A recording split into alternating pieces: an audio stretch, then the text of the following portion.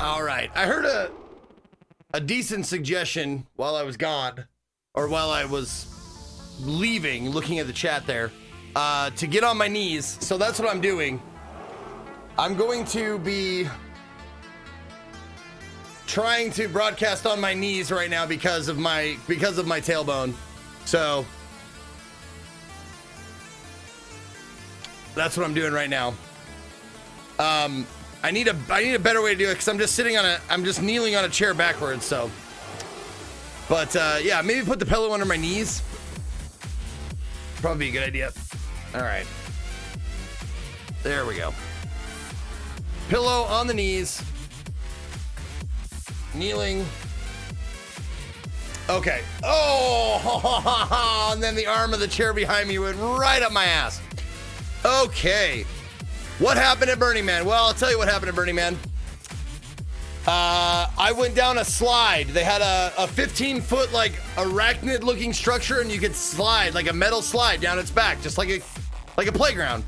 And I did it with my eyes closed, and I went and just went 4 feet, just right slammed on my tailbone. So that's what happened. Okay, so let me see. Sled Olympics. Yes, I will go through the Sled Olympics. I'm not sure if I have pictures of that, of what I was wearing. I don't. It doesn't look like.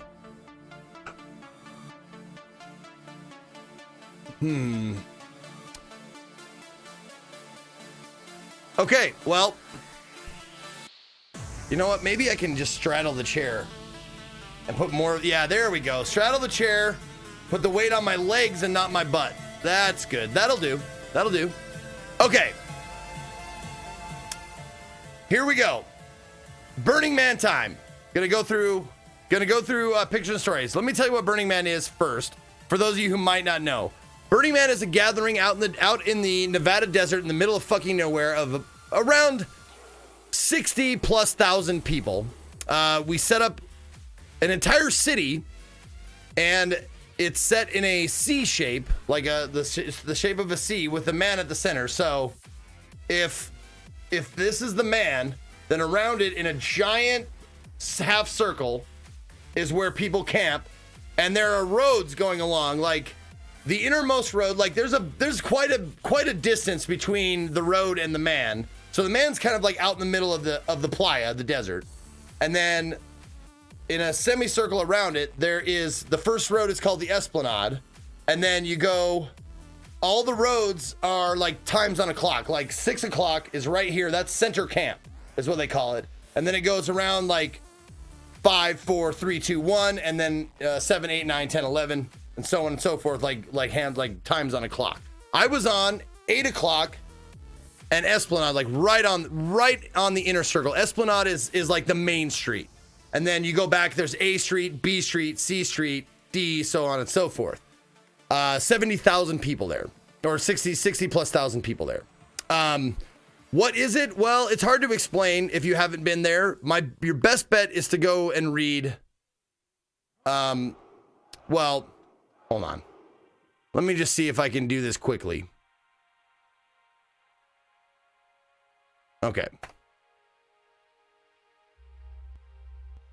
Okay, the 10 principles of Burning Man, I can go through these real quickly. That's just a basic synopsis. The 10 principles of Burning Man. These are the principles you bring with you to this gathering. It's not a music festival. It has everything. It has art, music, food, drugs, of course, libations, sex. It's all kinds of different stuff out in the middle of the desert. But these are the 10 principles of Burning Man.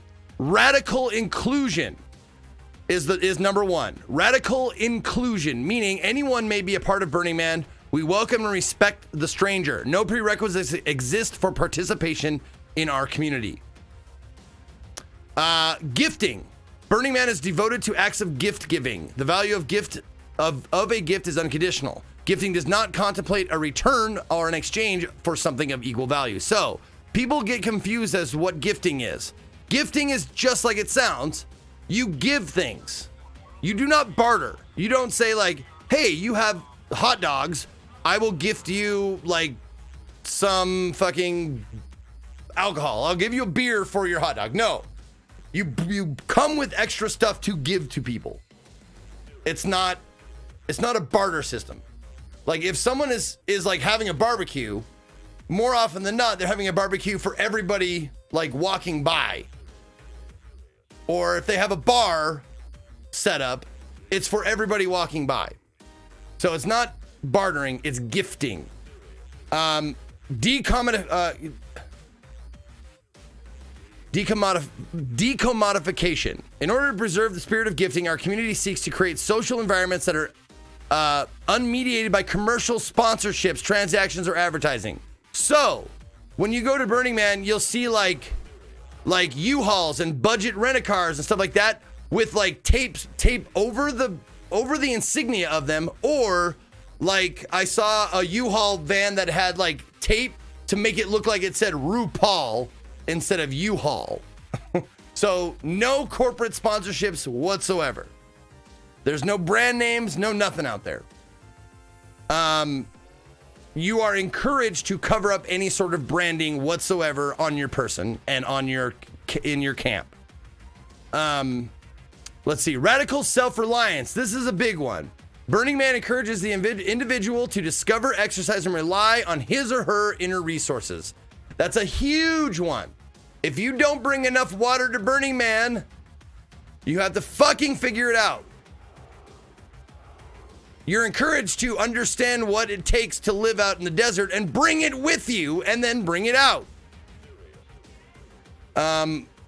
So you do your research before you go out there, or ask somebody who's been there before. Radical self-expression. This is another big one. Actually, all these are pretty big. Radical self-expression arises from the unique gifts of the individual. No one other than the individual or collaborating group can determine its content. It is offered as a gift to others. In this spirit, the giver should respect the rights and liberties of the recipient. How much water did I take? I actually took none because the camp that I was in provided us with water. That was part of the dues of the camp. Costume Cult is the camp I was with, and they said, you don't have to bring water, but you do have to pay dues, so everyone has water and food. And that's why I didn't lose weight while I was out there, because they provided us with a lot of food. There was kitchen shifts and stuff you had to volunteer for and that kind of stuff. Like I volunteered in the kitchen quite a bit because I liked it in there. It was relatively dust-free and many degrees cooler in the kitchen. Yeah, you bring, if you're camping on your own, like I did for the first 2 years, I brought in, I can't remember how much it was, like, I want to say it was like 1.5 liters of water per day at minimum or something like that. Maybe 2 liters of water per day at minimum that you were supposed to bring in for yourself. So just a bunch of hippies? Well, that's really dismissive sound of the beast. I thought that as well when I first came out, when someone first suggested, like, hey, you should come to Burning Man with me. I was like, a bunch of hippies out in the desert? And he went, there is that, but it's not that. It's hard to explain. Bunch of hippies out in the desert. Sure, there are some, but mostly it's people ages 20 to 60 just expressing themselves and having fun and open minds and open hearts out there. It's great. People have died there. Yes, people die there probably every year. It's tough. It tests you a lot of times. People have gotten seriously injured and have died. Yeah. But that's rare. Like, people have gotten run over because they don't wear lights at night. That's why you have to wear lights if you're walking out on the playa at night, because you have to be able to be seen. That kind of shit. Yeah, and sometimes people they can't handle their fucking high. And they run into a fire or something because they fucking take too many drugs that they don't know like what the effects are going to be. That fucking shit happens. But there is a law enforcement presence out there. People do get arrested. People do go to jail. There are like things you have to account for while you're there. Yeah, that's why it's called Burning Man. No, it's not why. Anyway, honestly, I'm going through these. While I'm going through these, try to think of it with an open mind and an open heart. Like, don't prejudge things because you'll never know what it's like until you go out there. It's a very, very, it will change your life if you let it, like it did mine. It changed my life. It made me a better human being, made me a more open human being. It made me, it gave me tools to have more joy, to allow more joy into my life. Let's see. Where was I at? Radical self-expression. We did that one. Communal effort. Our community values creative cooperation and collaboration. We strive to produce, promote, and protect social networks, public spaces, works of art, and methods of communication that support such interaction. Civic responsibility. We value civil society. Community members who organize events should assume responsibility for public welfare and endeavor to communicate civic responsibilities to participants. They must also assume responsibility for conducting events in accordance with local, state, and federal laws. Important. You are to conduct yourself in accordance with federal, state, and local laws. Do you? Sure. Do you sometimes break those laws? Sure. But if you're smart about it, nobody gets hurt. Nobody dies. And everybody has a good time. And normally, by and large, the vast majority of people have a fucking great time. And the injuries that you incur are either self-inflicted or accidental shit. Like you trip over something and you cut yourself or that kind of shit.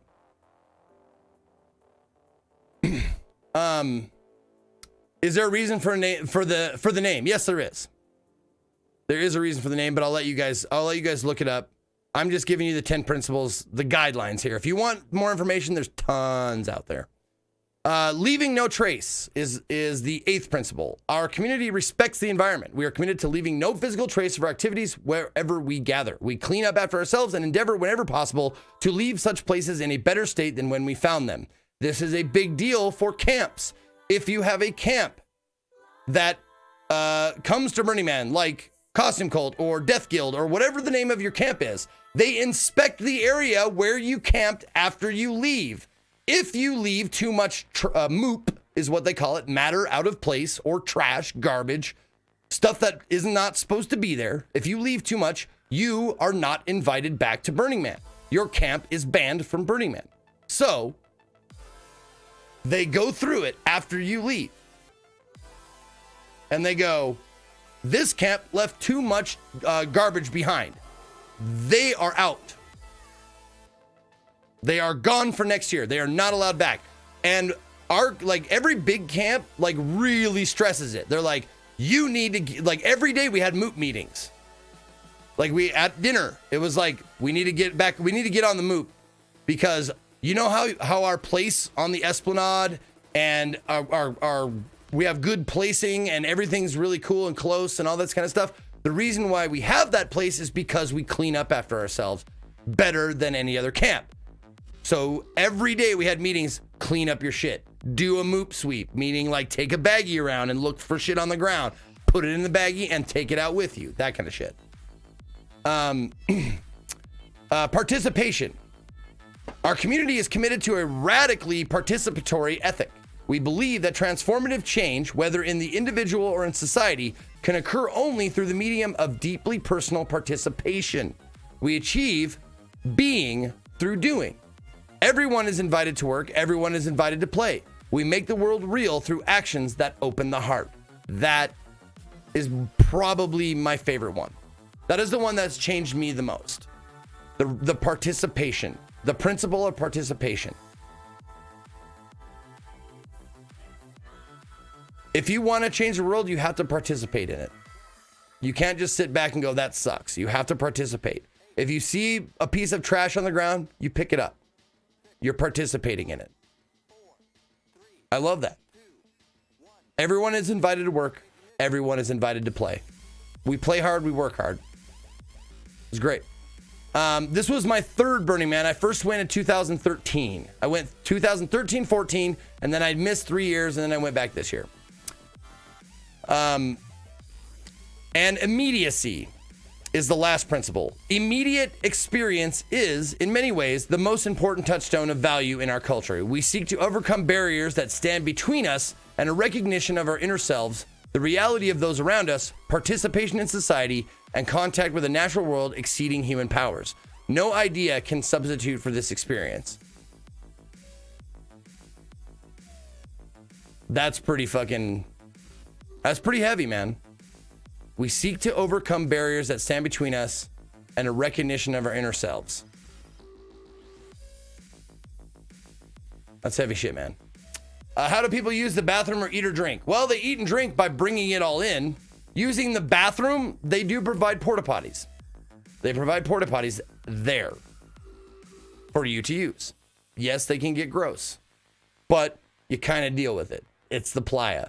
You kind of like take your luxuries that you have in the real world and kind of set that shit aside for going out for 7 days out in the desert. Showers, if you bring them. No gray water on the playa. So if you're going to take a shower out there, you better take an evap pond or area. Like my first 2 years, I took a summer shower, which is like just a bag full of water with a spout on it, flipped it over a high bar, and then had a kiddie pool underneath me to catch all the gray water, and it would evaporate in the hot sun. And if you don't get it all evaporated, you have to cart it out with you. Yes, can you dump it on the playa? Sure you can, but you can also leave all your fucking garbage. You can take a shit on the playa. You can piss on it if you want to. But the idea is to leave nothing that wasn't there to begin with there. All right. But those are the 10 principles of Burning Man. Tons of information out there if you want to look. All right, now's the time where we go through my pictures. It's picture time. Are there open orgies, free sex? There are orgies, but it's not like free sex. Consent is the unwritten 11th principle. Consent for everything. Consent for a hug. Some people don't like to be touched. I have a habit of doing this. Hey, my name's Zach. It's nice to meet you. I open my arms wide. Zach, his arms wide. Meaning, I will have a hug if you want one. And if they do the same thing, then we hug. And that kind of shit. But everything's about consent. So yeah. But yes, there's an orgy tent if you want to go there. I haven't been in, but I hear it's great. There's a lot of sex, there's a lot of drugs, there's a lot of music, there's a lot of it's adult, imagine all the things you want to do as an adult, but you can't do in normal society, you can do out there. As long as you're fucking, you thought about how to do it. You can climb on things, you can fucking wander around in the desert high as fuck, you can get drunk off your ass. As long as you don't hurt anybody or yourself, you can do fucking just about whatever you want. It's great. But that's not even the best part. The best part are the connections you make with other people who are in the same state of mind, meaning open and participatory and that kind of shit. You ever really opened up to anybody? You know how good that feels? That happens all the time out there. When you really open up and you don't fear judgment, it's pretty great. Pretty great. If you've ever had that feeling of opening up to somebody and having them open up to you, that happens a lot out there, and it's the best part for me. All right. As someone with social anxiety, would you say going to Burning Man would be helpful experience or would be an absolute nightmare? It would be, it could be either. That's the thing. It's how much you want to participate. Are you willing to do stuff you wouldn't normally do? Like, are you willing to like go out there and stuff? Like, you could close yourself off. I mean, I've had bad burns before where I didn't go out and I didn't do shit. It's terrible. But when I open myself up and try to experience things that maybe normally I wouldn't have anything to do with, I always have a better time. But it also depends on who you go with. Like, I am looking to take someone next year. I'm looking to Sherpa a first timer next year if I can. I'm ready to experience Burning Man through somebody else, with somebody else. So, thank you all very much for those re-ups and stuff like that. We're gonna take a look at some pictures now. Fuck, man, I missed a lot of people. Grimsley, Stained Metal, Achubra, Koshka, Dr. Akek, Goldrake, Slobby, Charlie aka Chuck, Sunlit, Karma, Tim Ballisto, Dr. Kimball, DeRoy, Ozruz, Rios, Joe Numbers, Dr. Wankenstein, Master Duck, Punky, Booby Dooby, Galen Bane, Face Meltcon, Dip Top, Element 47 Vanguard, Rowan, the Mimes of Moria, Endo 103, Istaroon, Johnny fucking Cool Guy, I Haste Bacon, the Whiff King, Jin Toxow, and Duke Hilly. Thank you guys. All right, picture time. All right, let's whoops. There we go. Okay, pause that. All right. I think we're good. All right, here we go. Picture time. This is when I'm starting to go. Someone else has pictures and videos of this. But this was my duck outfit that I went out in one night, and I'll tell you about that night. It was like the 5th or 6th night that I went out, but I had this entire duck outfit. There were orange legs and duck feet that I didn't have on in this, but I lit up with LEDs. I lit up the eyes and the mouth. Lit up the eyes and mouth and went out in the playa and just had the fucking best time because people were so happy to see me and hug me and high fives and all that kind of stuff. It was so great. Was that really hot in the desert? It was, but I did it at night, so it was a lot cooler than it could have been. Hold on. Let me see here. Can I just make this into a... why though? But why are you opening with Libra?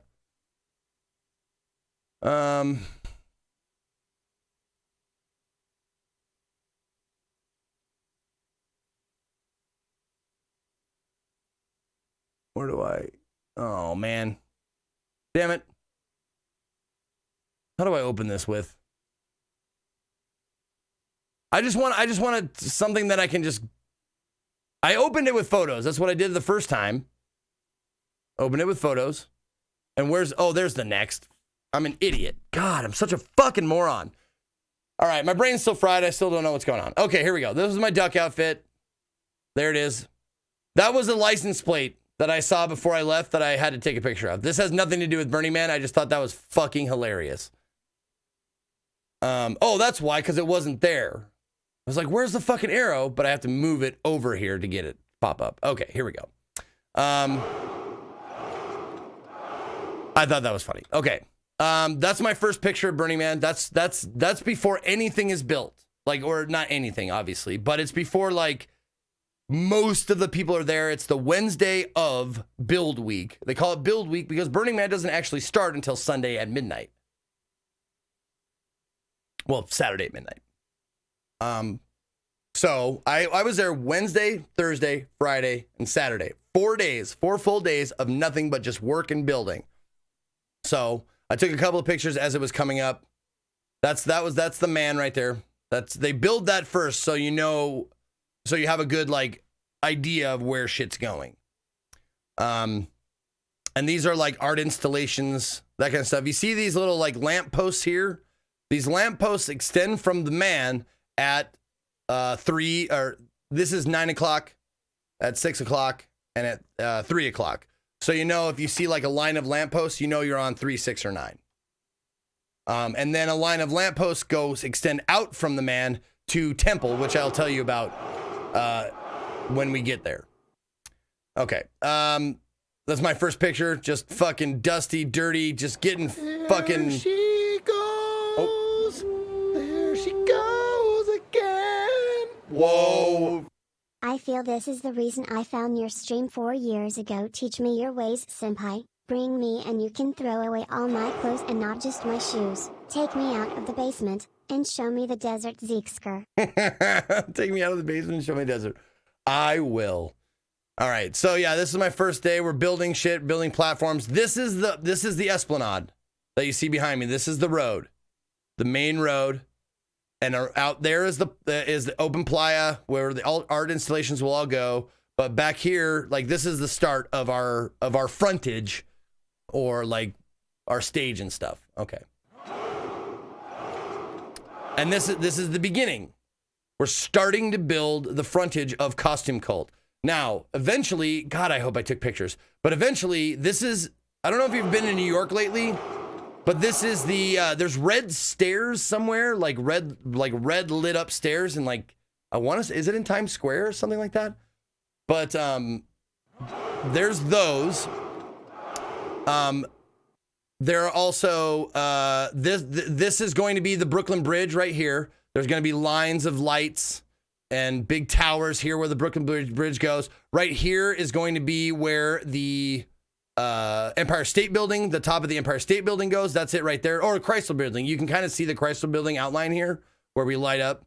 The frontage is supposed to look like a piece of New York. So there's like the Chrysler Building frontage.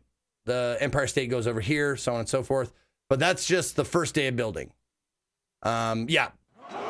That's where it goes right there.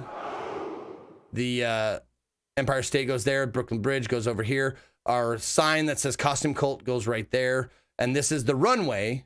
You pop out here. The runway comes up here and you walk along. Because Costume Cult their whole thing is that you line up. We take you back to the costume and crafting tents, which will be like behind here. There's going to be a costume tent and a crafting tent. We costume you up. You go out on the runway. There's announcers going, all right, look at this guy. This is Bug from Seattle. Bug is looking great and blah, blah, blah. And you do your own like little character thing. You do a walk on the runway and then you get to keep the costume. That's the whole thing. They gift costumes to anybody who wants them. That's their gift to the playa is they bring out like a shitload of costumes. And this is the K train. It's like a mock-up of a subway train from New York, and that's where you line up. You line up, you sit down, there's a shade over top of you, and you go from the K train to the back. And that's how that goes. That's me looking like, duh. These are the first people there for Build Week. This is that's Bernie man. Oh, it's funny, but this is like I want to say his 11th or 12th burn. This guy is a fucking veteran, been there many, many times. This is Steve. Steve was a pirate, was in the pirate pod with me. This is oh God, what's his name? He is from Switzerland. We had a whole Swiss contingent. We had like 5 dudes from Switzerland. I can't remember his name though, but it was his first burn. This is that's oh, why am I blanking on their names now? But he was a costume culter from New York. That is, I think her name is Jen. Didn't hang out much with her. But yeah, these are the first pictures from like the costume cult. This is where we got our coffee and our breakfast in the morning and shit like that. That's Link. Link was our pirate master. Link was the captain of the pirate pod. Just super awesome dude. Hilarious, boisterous, flamboyant, funny, charming, just a great all around guy. And I think I don't know where he was from, but he would talk like this all the time. And it was his native Spanish speaking country. Can't remember which one it was from. But there was 2 guys that I got confused all the time. They were very muscly and Andrew and something. God damn it. But they were super muscly, but really like really soft touch. Gay, like the gay accent. Is that a fair thing to say? Can I say the gay accent and we all know what we're talking about? Right? But and this is I think this is Dakota. I'm not sure. And that's, you can't really see her, but that squirrel behind. She's awesome. Fuck. I can't remember his name. There's Jesse. He was another pirate. He became really, really close friends with Jesse. He's a really, really cool guy. Who else do I know here?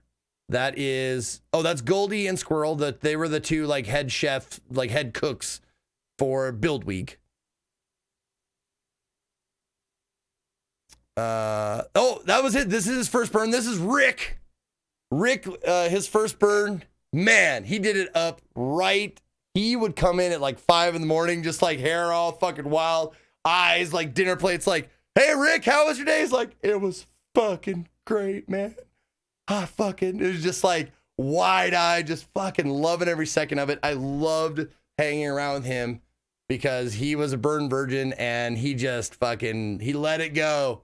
It was awesome to see, man. The funny thing is I took a picture with him, but I never saw him after this day. I don't remember his name at all. Like I hung around with him the first day and that was it. This is the first, like, I think this is like end of day 1 of Build Week at the playa where everything's kind of starting to get lit up a little bit. You're starting to see where shit's going and what art installations are going up and stuff like that. Sun's going down.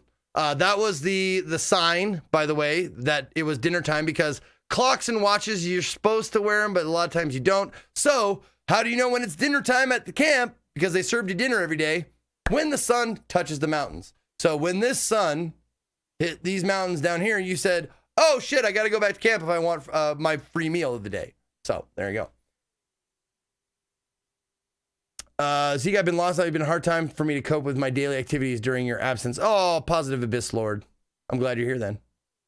Yeah, just another closer pick of that. There's the first pics of the man up close. They're still constructing the entire thing. There was a balcony that you could go around and an inner thing with some art inside of the installation underneath the man. I decided that pic sucked, so I took a better pic. Tried to take a closer pic. There he is up close. That's the first thing that's built and lit up is the man, so you get a sense of where your camp is in relation to the man. Metrofilm, don't worry about it. This is Dakota. Dakota, it was funny because we hit it off because my playa name, you get a playa name sometimes because that's just kind of how it works. It's kind of like my Twitch name is not my real name and so on and so forth. So it really wasn't that strange for me, but my playa name out there is Montana. People like my second burn, there was one of the campers I was with just kept calling me Montana over and over again. So I just said, fuck it. I'll just be called Montana. So Montana, I met Dakota, which is also not his real name. So it was kind of funny that it was Montana and Dakota. And he was a cooking fucking kitchen machine. Like he ran that shit so well and so he was a really, really nice guy too. When I was talking about the two muscly guys, that's the other one. There was Andrew and somebody else, and I can't remember their names. I'm sorry, I love you. But they were frequently cooking stuff for breakfast and lunch and dinner. This is our first meeting. The first meeting of of the entire camp of early builders, because not everybody comes to the build week. Some people come on Monday, Wednesday, Friday, Saturday, so on and so forth. This, I think, was Thursday. That was a video? Hold on. Oh, this is a video. Here we are, Burning Man. Oh, shit, it was. Okay, was that the only video that I missed so far?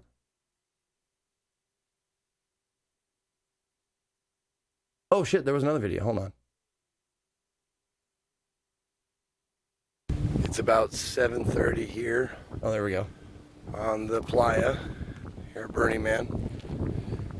God damn it, this is my third day here. We're in the middle of building our camp, the costume cult, right here on the Esplanade. As you can see, that's 2 days worth of work behind me there. And man, it's a lot of work, but that's not even like the half of it. Like, you come back here, and you'll see, like, we're building, there's a kitchen, there's a shade structure, there's several different pods with multiple tents and people camping out all at once. We're cruising through.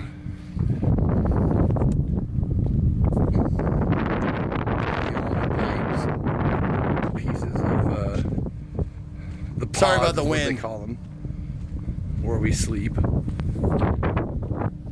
See right there, some more right there. Tons of rebar. My hands are just hashed. Oh, just hamburger. See right there, there's the beginnings of the shade structure. Is called center shade right there. And that is Serenity. That's the Serenity pod. You can see it's not quite done yet, and there's only a few tents in there, but that'll fill up before you know it. And right there, that little tube structure is called the Bat Cave. That's another pod where people put their tents and sleep and stuff.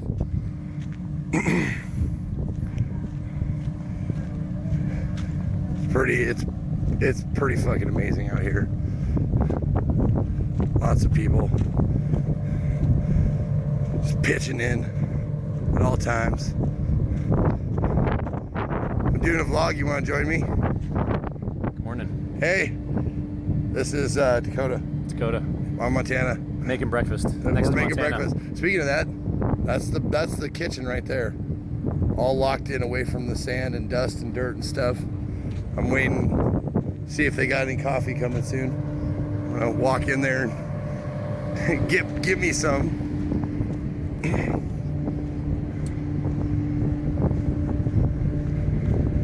Dakota And now fucks. we're heading over to my pod. This That is my guy pod fucks. right here.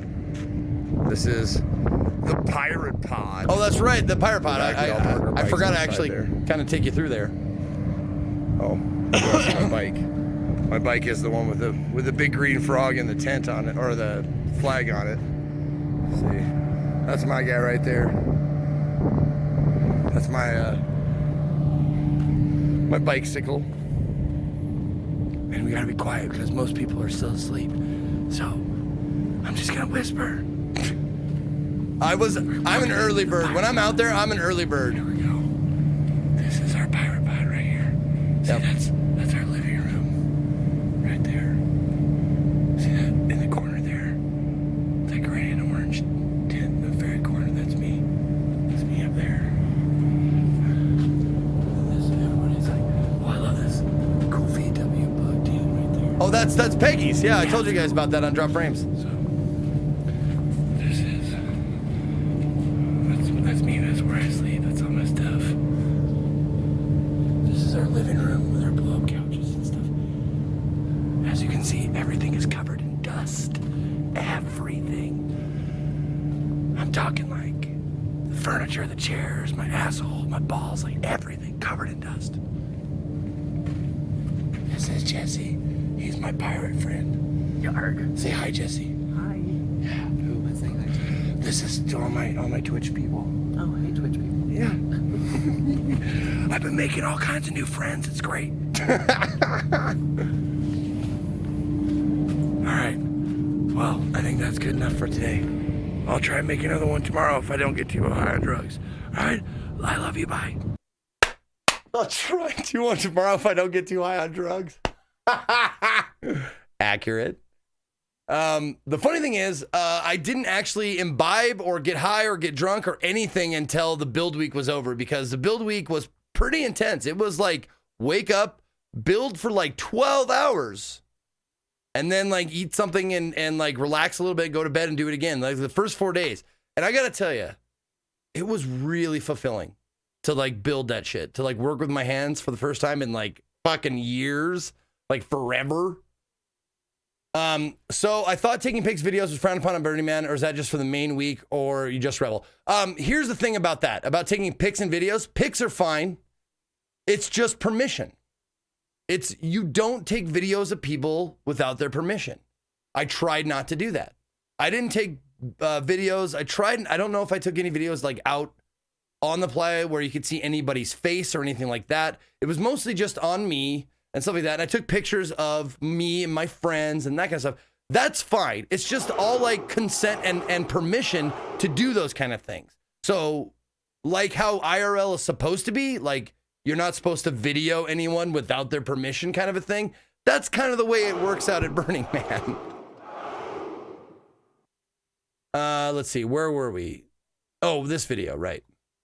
Here we are, Burning Man, day 4, I think. I don't fucking know, man. I don't fucking know, man. Breakfast time here in Costume Cult.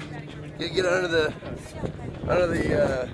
awning there. We got a shade. Oh shit! Hold on. One second. Escape skip. Hey man, it's Aaron, the guy you met in Antarctica. I was at 5:30 in G. Where were you? Escape skip.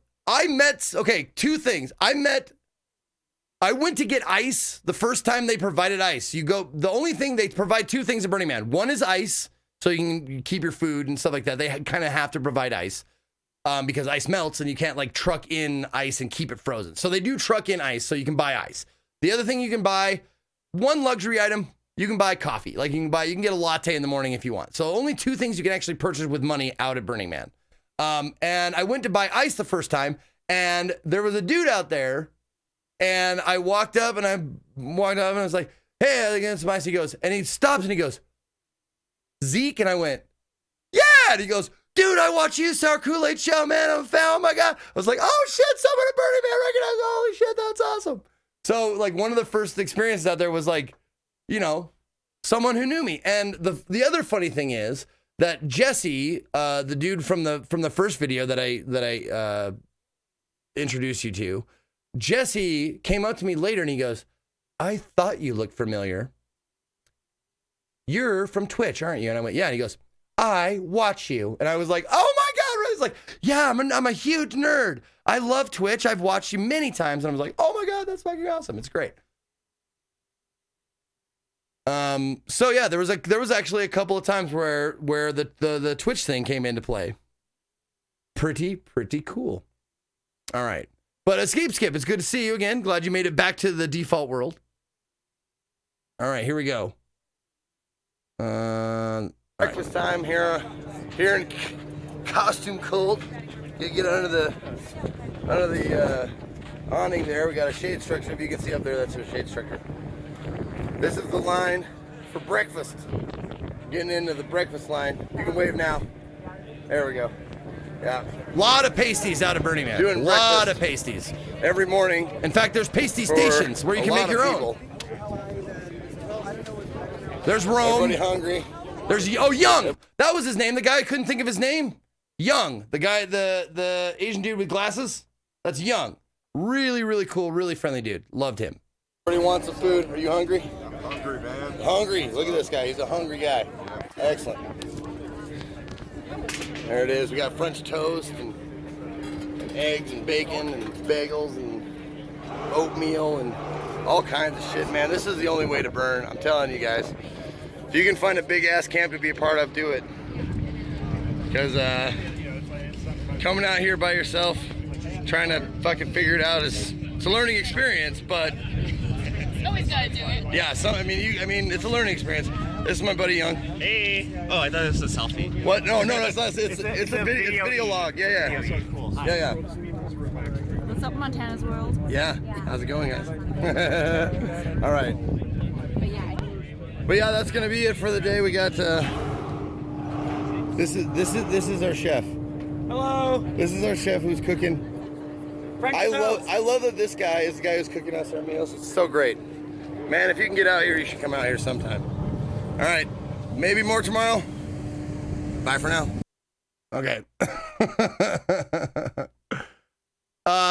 If you want to know, like the dues, there it's a Burning Man ticket is like $450 just to go for everybody. It's like $450. There are like lower price tickets for low income people. I can't remember what that's called, but there are sales for people who qualify for low income tickets. So they do have sales for those. They also have different sales throughout the year of like, if you missed your chance to get one, they have another sale, yada, yada, yada. But $450 is the normal price for a ticket. And for dues for my camp, it was, and it changes from year to year depending on how many people are going. But the dues that I had to pay were $400. And that included, now listen, this is the reason why, because the years before, I only paid the $450 and whatever it costs for supplies. However, paying the camp dues provides you with, they have toilets. They have porta potties that are just for your camp. So you don't have to share the event wide porta potties. They have like 5 that are just for your camp. Also, they have shower setup. They have meals. They have shade structures. They have pods for you to put your tent in so you're out of most of the harsher elements. They have water. They provide you with water and shit like that. So there are a lot of amenities that they provide for you, and I will say it is 100% worth it. It was 100% worth it to pay those camp dues. Yeah. Where's next? Okay, next pictures. Damn it! Stupid bullshit. All right, there we go. Okay, we're at the meeting. This is our first camp meeting of everybody. We're kind of talking about what we're gonna build and what we're gonna like, what's coming up. Talking about picking up garbage moop. We're talking about like who's doing what tomorrow and yada yada yada. Volunteer shifts and all that kind of shit. So it's just a basic camp meeting during lunch or dinner, whatever this is. And here's everybody just hanging out, relaxing. You can see everybody's faces because like it's hard work, so we're like tired. What else? Yeah, this is just big group photos. There's Monica. She was a pirate as well. She was in my pirate pod. That's Cowboy Roy. God, Cowboy Roy. I didn't know he was a partier, but that dude fucking parties. Like during Bill, he was kind of demure, kind of like, he was a really nice guy, but I had no idea that he partied as hard as he did. He fucking parties like a motherfucker. There's Rick again. There's Issa. Issa is like the queen of the camp, even though she normally was the person who would organize. Like she took a more backseaty role this year, but in years previous, she was like the person that you went to, like, how do I build this? Where do I go? What do I do next? That kind of shit. She was like the queen that you went to. But this time around, she was just build lead for like the showers and pods and shade structure stuff. And I said, I want a picture of you just kind of surveying the shit. She was like, okay. There's Goldie and me in the kitchen. We're preparing some food and stuff. That's a bad picture of me at night. Oh, this is a video. Yo, what's up, everybody? Here we are, Burning Man opening night. Opening night, is that proper? No, well, tomorrow's I don't know. opening night. Tomorrow's but this is It opens at midnight tonight, right? It's the dust. There's dust on the lens because it's fucking impossible to clean the dust off everything. Yeah. Officially? What is today? Today's Saturday. Today's Saturday. Yeah. Tomorrow's Sunday. No, the official opening is midnight Sunday. Oh, I thought it was midnight Saturday. Oh, whatever. Yeah, but this is as open as it can unofficially be. Dude, and it is like it's hard to capture in video, but you can see 360 fucking degrees in any direction out in the middle of the goddamn Nevada desert. We are out here for one reason only. What reason is that? Open our hearts and open our minds to the experience of life. And to do drugs, lots of drugs. And I'm not on it right now, but I will make a video log where I am on drugs, and I promise you, it will be a sight to behold. All right, more to come. Yeah. Hadn't done anything yet. That's me just totally, completely sober. Like, I haven't done any alcohol. Like, I've had maybe a couple of beers here and there. No drugs yet. Nothing. Build week is fucking intense. So I didn't want to be fucked up for that, especially it being my first time there. This must be another video I took. We're out here at Burning Man with my buddy Morgan. Mogo. Mogo. Hello, Mogo. Good to see you. We're heading, we were gonna go to the place called the DMV. That's where they register all the mutant cars. And we were fucking late because that's what burners are, late. Yeah, we're always late. To everything. Suck. Almost everything. But good news is there's lots of shit to do and see out here. We're gonna go to this fucking installation that has these big ass lights that you can't see shit because fucking videos on the camera suck ass. Yo, get the new Apple iPhone. Where's it at? Can I see it? Yeah, that thing right there. You can see it. That thing right there on the left-hand side. The big, we're gonna go check that shit out. The big I'm gonna circular get a closer things. look, and we'll Check out to the left. what do we got here? Oh shit, the train is coming through. It's like a choo-choo. Okay. It's like a choo-choo. Okay.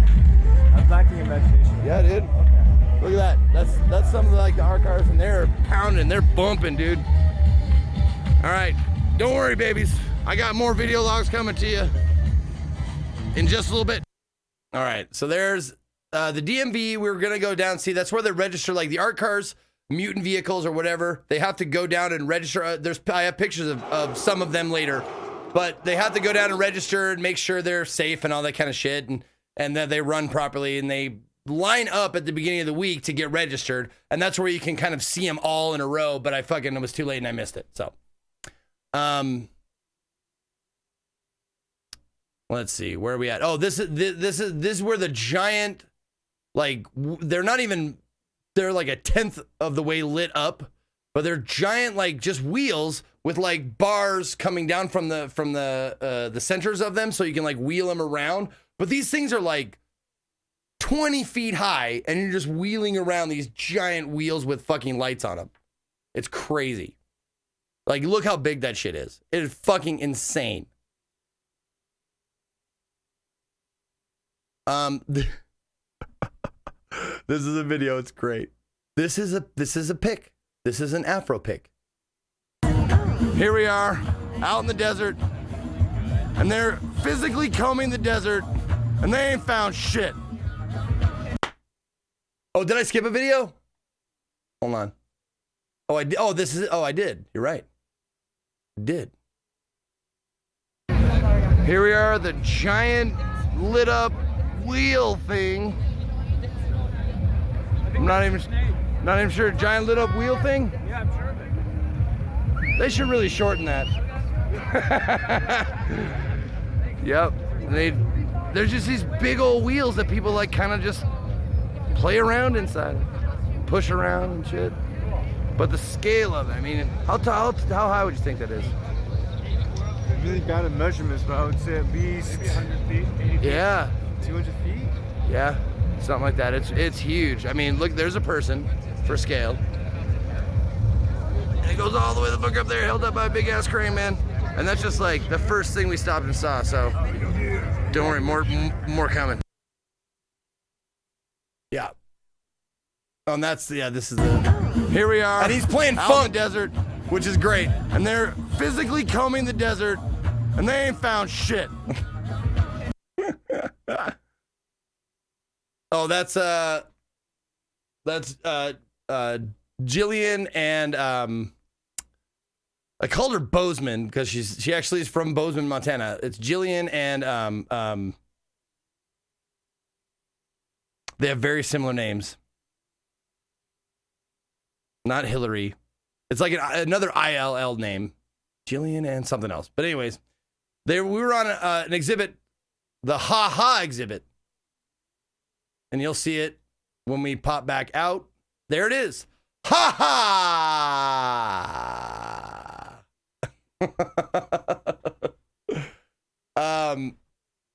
That was just an art exhibit. And what it was just this lit up set of letters. And people started writing on them things that made them laugh. Like, what makes you laugh every time without fail? Like, think about that.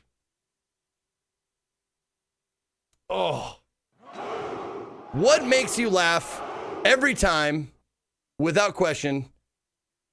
And I wonder, did I actually take a picture of what I wrote? I think I did. It changed colors too. It was pretty great. Oh, no, I didn't. I wrote farts. Of course I wrote farts. I wrote farts. Farts make me laugh every time. All right, we're going back. We're going back because I missed a video here. Here we go. Oh, I think someone was trying to take my picture and took a video on accident. All right, can we switch that one? Black and blue. Let's go. Yeah, this dude I met out in the desert. Oh, am I taking a video? I am taking a video. Am I taking a video? Oh, I am.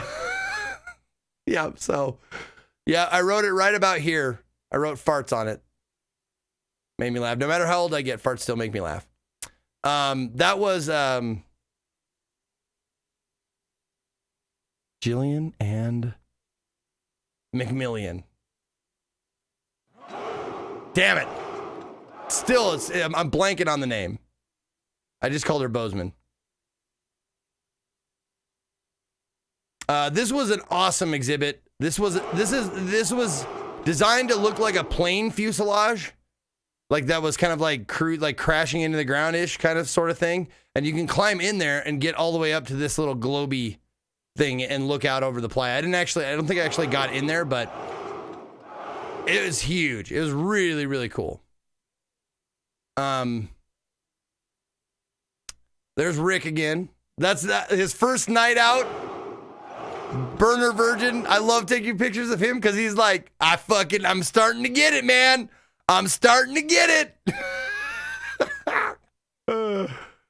And that's Steve. Steve's been out there a few times. He's actually like, he volunteers for like greeter shifts at the door, like checking tickets and cargo and shit like that. So he's been there many times. There's me. There's Link. Oh, my Captain Link. You don't know. He had one of those accents where he would say things like this all the time. God, he was great. I love Link. There's me just fucking dustified in a whiteout. They call it a whiteout when the wind starts kicking up so much that you can't see more than like 20 feet in front of you because of the fucking dust. It is crazy.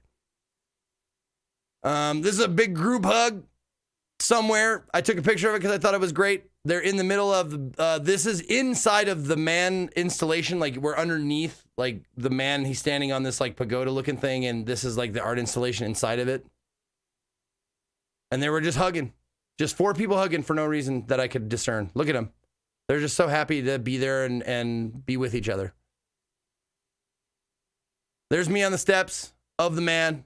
And I think this might be the first video where there's some help. Some pharmaceutical help, maybe? Hey, what's up, everybody? Here I am. My first night video log. I'm sitting on the steps of the man. You can't really see him because he's up. It's the wrong angle, but I'm here at Burning Man and having a great time. Miss you all. But man, I needed this. It's a weird thing, man. This thing we get to be a part of. That guy gets it. Oh, you can also tell because I'm doing a horizontal or vertical vid and not a horizontal vid. I didn't have my wits about me. Be a part of it. Participation. Radical participation. Being a part of this. I'm enjoying every second of it. I've worked on building pods, which are like tent homes. I've worked in the kitchen. What's wrong with your eyelids, son? Up trash. What's wrong with your eyelids? This is only the first day. Yeah! Right? Right? Pretty amazing. Pretty amazing.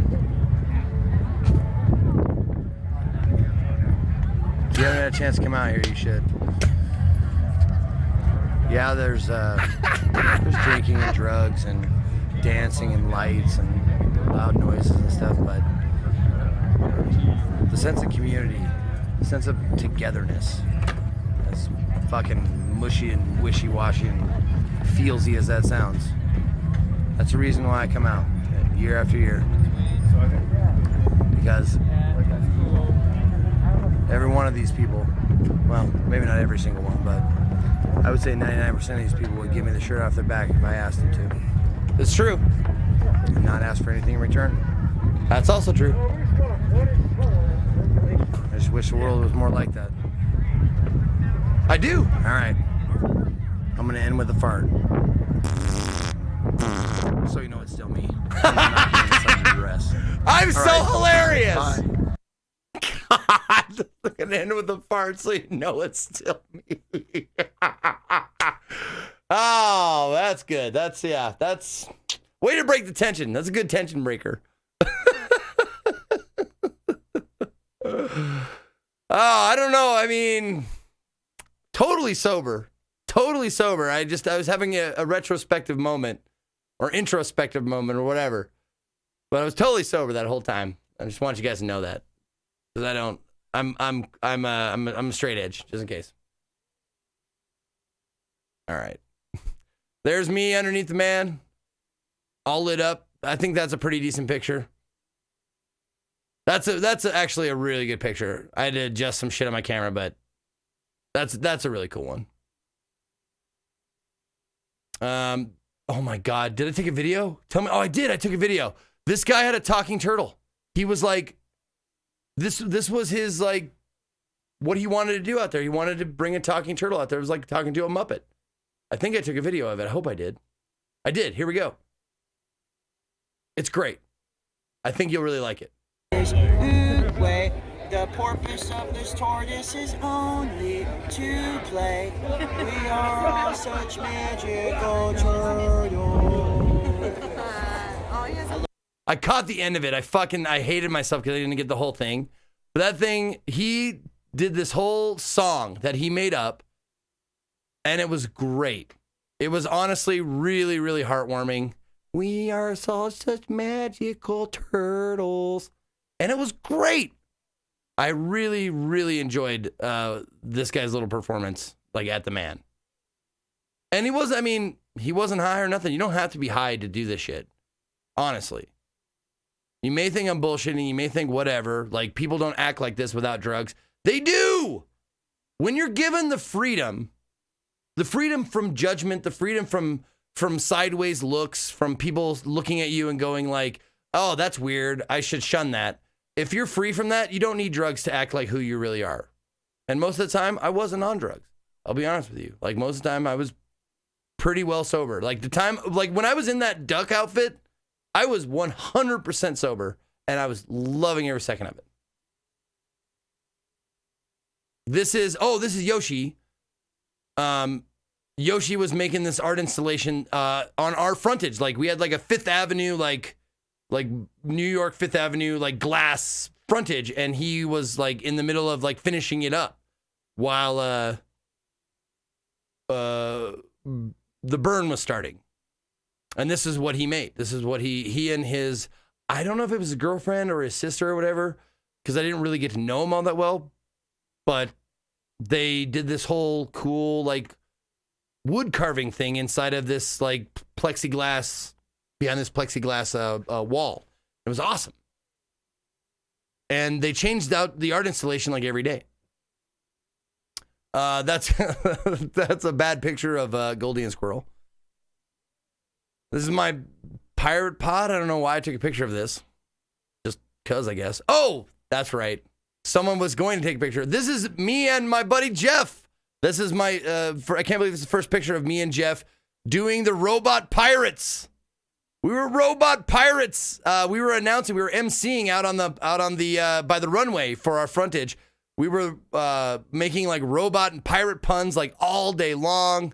It was great. Making people feel good, like having a joyful time as people would walk out in their new costumes and stuff. It was fucking amazing. Yeah, and we teamed up. We got the same body. What is it called? like a unitard. I don't know if that's what it's called, but like it was like head to toe like robot shit. It was great.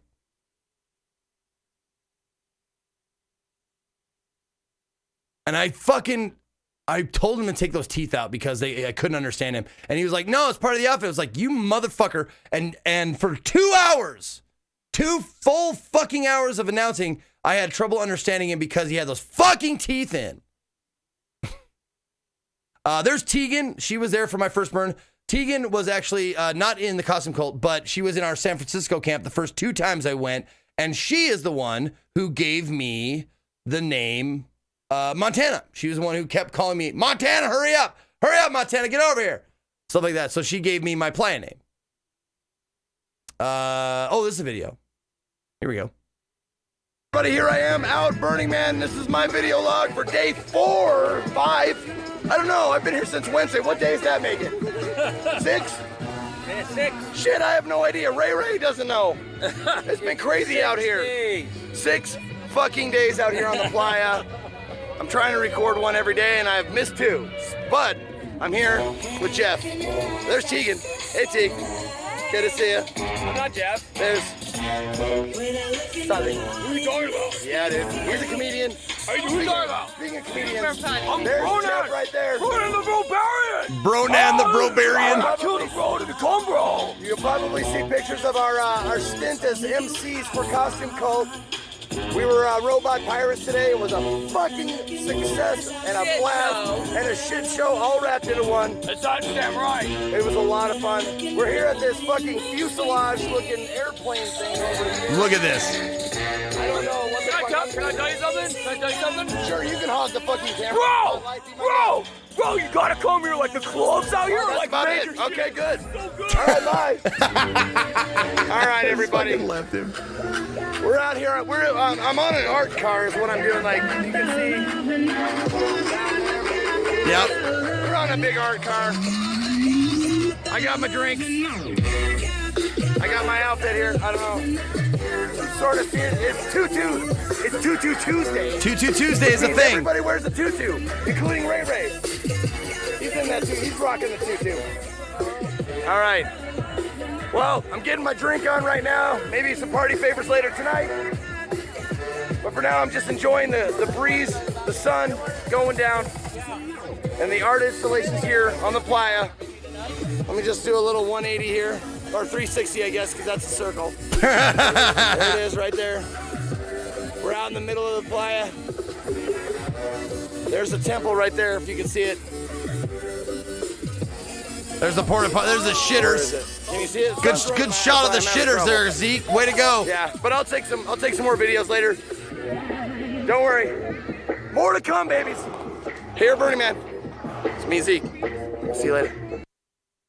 All right. How did you get around? Do you have a bike? Yes, everyone has a bicycle or something of that nature to move around the playa. You have to have something like that. However, you cannot have a car out there unless it's a mutant car. And even if you do have a mutant car out there, it is 5 miles per hour, so it's faster, way faster to get around on a bicycle.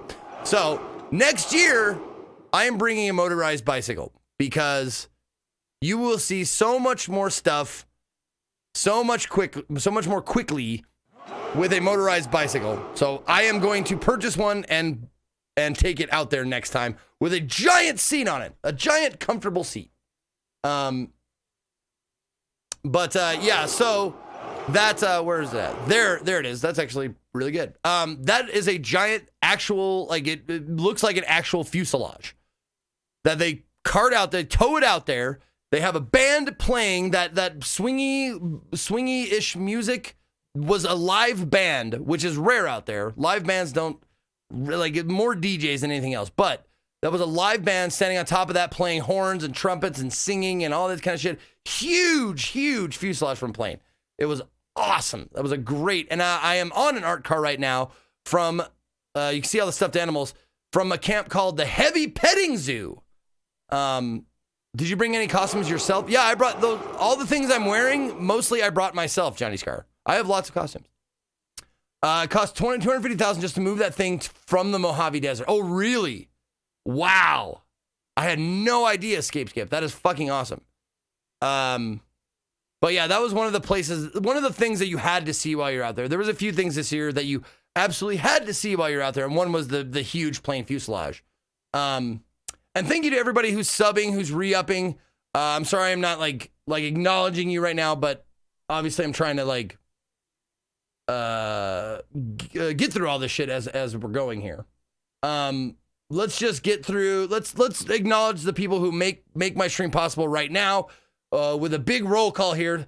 Thank you to Jin Toxow, Duke Hilly, Justice Intinent, Knives, Jesus, here's Toast, NMJ, Shodical, Johnny Scar, Zinsin HD, Divine Willpower, Enril, Graham,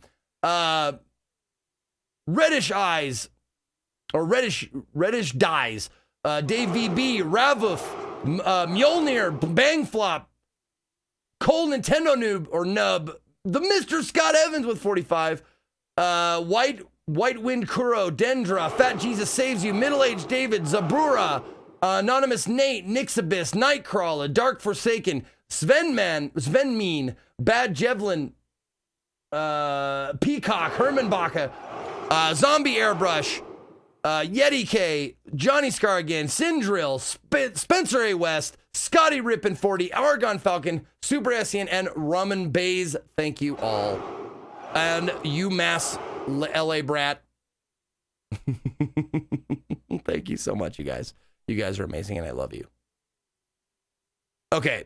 Oh, and there's a close-up picture, actually. Oh, wait a minute. That's another video. Yep. You're looking at a big old fucking plane fuselage in the middle of the goddamn Nevada desert with a fucking, I don't know, jazz or swing band playing on it. Why are you not here? You should be here. Whoever's watching this, come here and be a part of this and do this. No matter what you do, baby.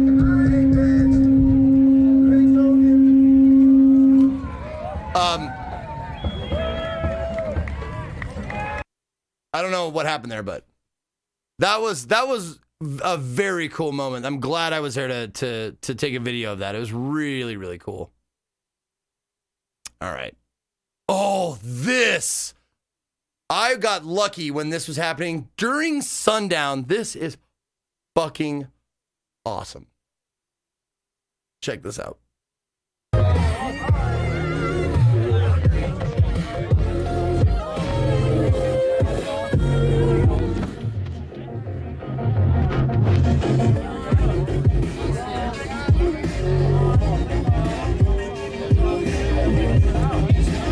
These are marionettes, about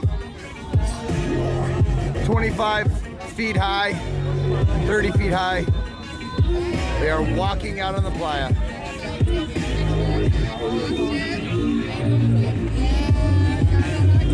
It is a fucking sight to behold.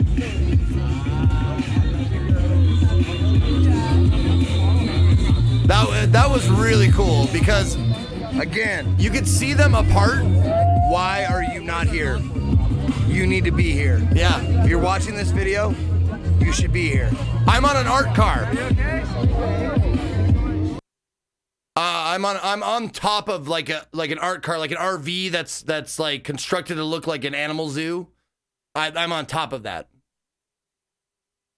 I'm sorry, Zeke. What are you sorry for? I'll wait forever. What'd I miss? Anyway, dude. Yeah, I mean, go there once. Just one time. If you don't like it, you'll never like it. If you let it, it'll change your life. Did mine. Oh shit, another video? Fuck, man, I took a lot of videos, I guess. I took way more videos than I thought.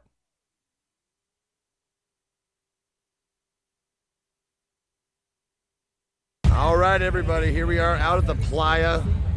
This is my video log of the same day. As you can see, I'm wearing the horny hat again. We're all having fun here because we're at an art installation where it's a giant slide. This is it! This is the fucking slide that ruined my tailbone. God damn it! Just climb up the steps there, like those guys are doing. and you slide on down like a child. Do you remember what it was like to be a child?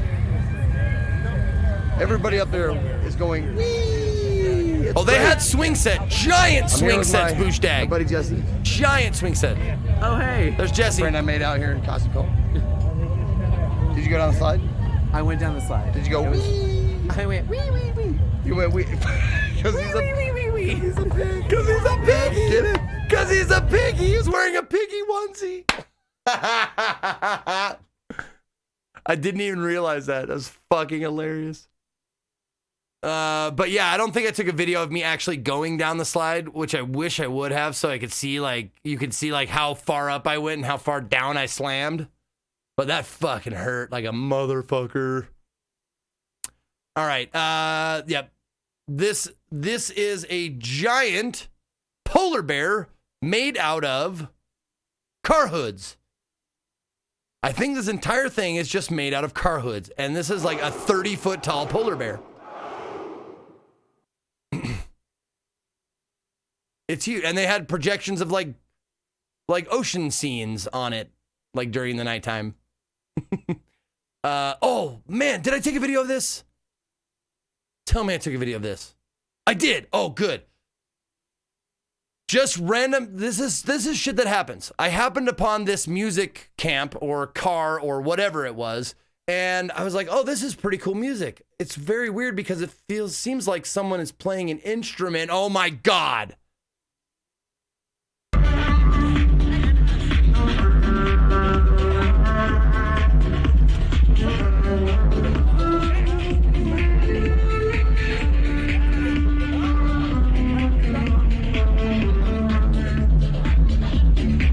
Come on, get back to the thing. Zeke, you're fucking... Oh, God damn it. I just took a mini video, I guess. Damn it. Okay. Anyway, I fucked it up.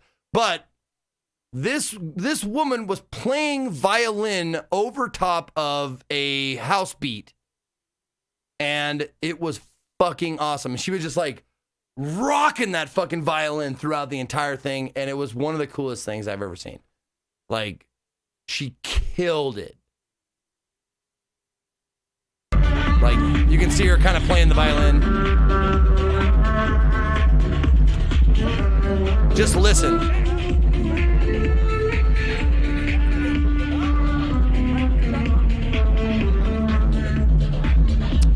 That's Emily Autumn. Okay, thank you, Raven Dreamer. Emily Autumn. It was awesome, dude. And she's not wearing a lot of clothes. Another good point. Yes, she was wearing a swimsuit. And she was quite attractive. My buddy works at Art Tech here in Reno. It's a place where all year round they build sculpture and art cars. Glad you had a good burn in Reno. It has been part of our culture for decades. Oh, yes, Reno, and what's the town right outside? They have like the last place you can get ice for like 2.5 hours. I can't remember the name of that town, but we stop there every time to get a drink and to get Gerlach. Thank you. We stop there every time to get a drink, get some ice. It's the last place you can go for like 2.5 hours if you're lucky. A lot of times you're in line to get into Burning Man for like 6 to 8 hours. And if you leave Burning Man with everybody else, that's another 6 to 12 hours just trying to get the fuck out. Yeah. But we stop in Gerlach. And I tell you what, going in early and leaving a little bit early is mwah. Like, I left right like an hour before the man actually burned, and it was smooth sailing all the way out.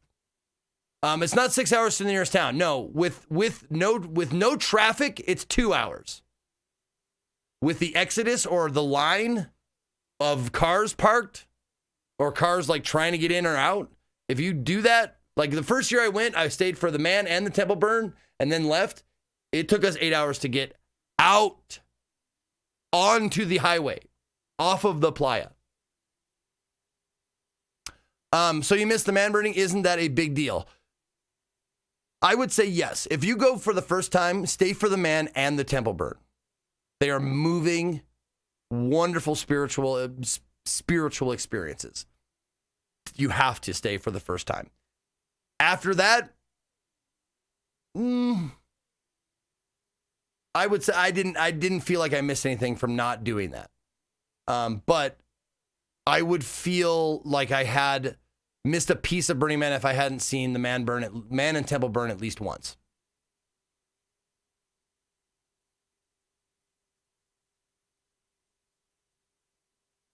There's an airport at Black Rock City Airport. Volunteer pilots chartered flights at Burning Man. Yes, you can fly in and out of Burning Man. I know you can. I don't know how, but I know they have an airport. They have an airstrip there. They have people who fucking skydive in to Burning Man all throughout the week. Like I saw people skydiving in all throughout the week. It's crazy. Yeah, and also they have the airstrip there is also useful for emergency situations. So they can airlift people out who get like seriously injured, who need like actual immediate care. The great thing about Burning Man is, one of the great things is there are so many different like medical stations with volunteer doctors, nurses, like care professionals who like sacrifice a day or two of their burn to administer care to people. Like, it's amazing. Like, oh, my buddy Jeff, he rolled his ankle like the first day of the burn. Rolled his ankle bad, like torn ligaments and all that shit. They have x-rays out there. They gave him like, they bandaged him up. They gave him a crutch, like all that kind of shit. They have services, the emergency services out there. They have places where like wig out, like they'll take you in and they'll give you like, what do they give people who are freaking out? Whatever they give people who are freaking out, like Xanax or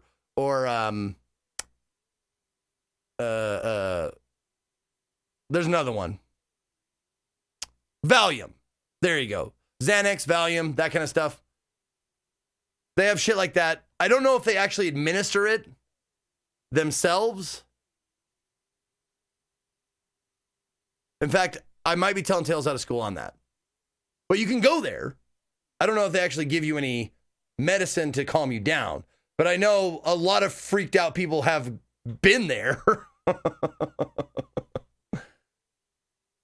But there was actually a funny story. My buddy Jeff, who went with me, the last time we went together was in 2014, and he had some psilocybin mushrooms, and he has done a lot of drugs in his life, and he was like, "Oh, we'll just take a little bit and blah blah blah." And he knows what a little bit is. He's not like a stupid person when it comes to drugs, and so he shared it with some people and whatever. And someone had a really bad reaction. And he was out in the desert like, "Don't worry, guys. I'll take care of her. She's freaking out. It's my responsibility. So I'll take care of her." So he took care of her and was just like with her, trying to calm her down and whatever.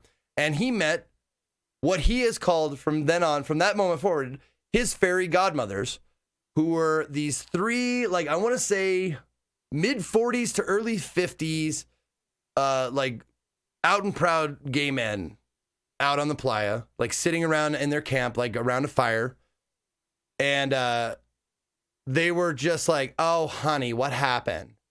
What did she take? Oh my God, is this your first time out here?" He's like, "No, but she blah, blah, blah." And they're like, "Ugh, fine, all right. Just give her some, no, just give her some Xanax and calm her down. Or some Valium or something." And he was like, "I don't have any." He's like, and they were just like, "Ugh." Goes to his little stash, hands like, "Here, put this on her tongue, force feed it to her, and she'll be fine." Like in 20 minutes, she was just like, done, fine. But it was just like these just out of nowhere, like they're just these helpful spirits like came out of the playa and like calmed that bitch down. It was great. But like that's something that is said quite often out on during Burning Man. It's like, hey, when something serendipitous happens, you're like, the playa provides, man. The playa provides. And a lot of times it does. It's just like help comes out of nowhere. Like people are willing to help you just because you'd want them to do the same. It's very golden rule out there. Like I would do it. All right, here we go. More pictures. This is a giant jellyfish.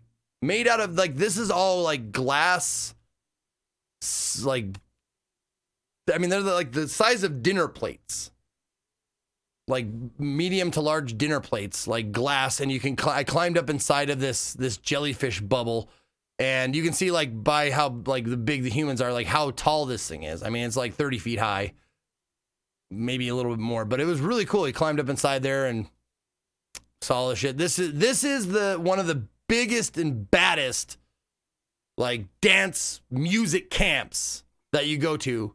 Loudest, probably the most populated consistently. It's called Opulent Temple. This is the place where they fucking boom the music night after night. This is the place where people gather because the music they play there is fucking party dance. I don't know. I'm still struggling with styles of music, like what constitutes house and what constitutes this or whatever. But this is the pick it up and drop it music, where you go there and the music goes like this.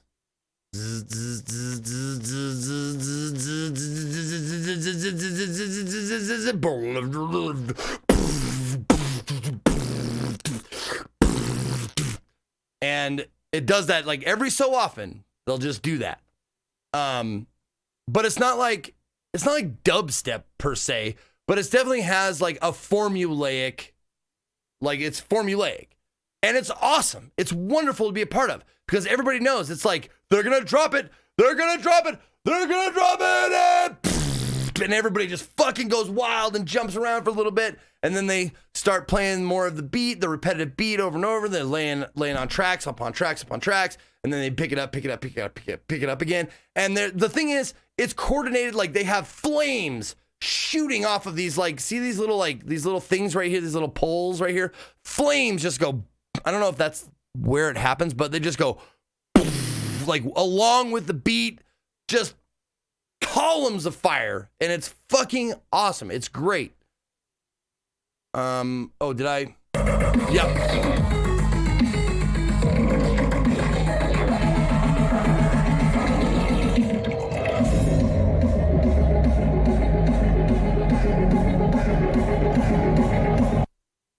And that kind of stuff. Like I guess I could have taken a longer video, but that kind of shit for sure. I don't know if that counts as dubstep or not. Does that count as dubstep? It's hard to define like electronic music.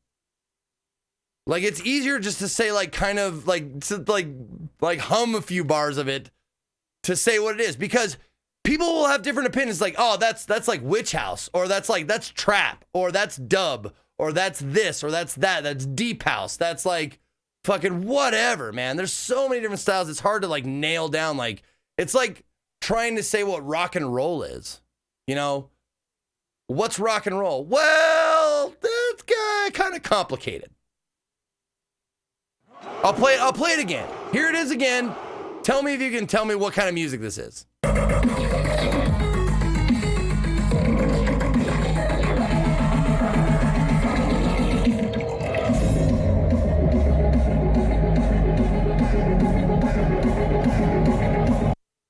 Yeah, it's EDM, electronic dance music. That's the term I use most often is EDM, because it's kind of a catch-all. It's like, it's electronic dance music. Is it electronic? Yeah. Can you dance to it? Yeah. Do you enjoy it? Yeah.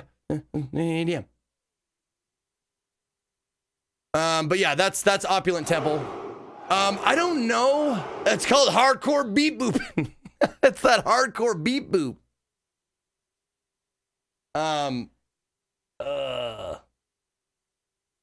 But it's a fun place to go from time to time, but it's definitely it's one of those younger crowds, because it's hard and it's loud and it's bassy and it's fire and shit like that. So it's really fun to go to for like a certain amount of time, but it's not a place to go socialize. You know, it's not a place to go like, you take your friends there, you dance for about an hour, and then you're like, let's go hit a camp with a bar, or a camp that just plays like light music where we can chat, or let's go see some art and shit or whatever. It's not that I'm too old for this shit. It's just like, it's pretty repetitive. It's like, you can only drop the beat so many times and really like get into it, for me at least. Like I have about, I would say per night, like 16, maybe 17 beat drops. And then I'm like, I'm good. And then I rock out to those. I really give it my all for those beat drops. Like those 16 to 17 beat drops, I really give it all I got. And like, he's going to drop it and then drop it. And I jump up and down and I'm having a good time. Look at everybody. We're laughing and smiling and hugging and shit. And then about 16 beats, I'm like, yeah, that's good. I've dropped the beat enough. The beat has been dropped enough. How many burns? This is my third burn. So I have been to 3 of them. Okay. And that's another thing. There's just so much stuff to do. Like, you don't want to stay in some place for too long because there's just so much other shit to see. But always. Like, when you go, you see maybe 5% of Burning Man. If you're lucky. Like, 5% of what it actually has to offer, like, every time you go. So, there's so much shit. Let's see. Where did I leave off here? Let me welcome back and thank some people. Bloodiest Orb, thank you for the prime sub. Gorg with 4 months. Slonky Dunk with 7. Bomb Shelter with 100 bits. Good for the company with 60 months. You got the Blood Guard badge, the Immortal. Thank you. Good for the company. Also, Chairman 2K with 40. Captain Sanity with a big 60. The Black and Red badge. 65 goddamn years indeed. Don Fubar, hey, you got it. 2 years of maximum sex appeal. What's up, baby? You got the gold. Rocking that gold badge, baby. Good to see you, Donnie Foobs. And I think you would dig it the most.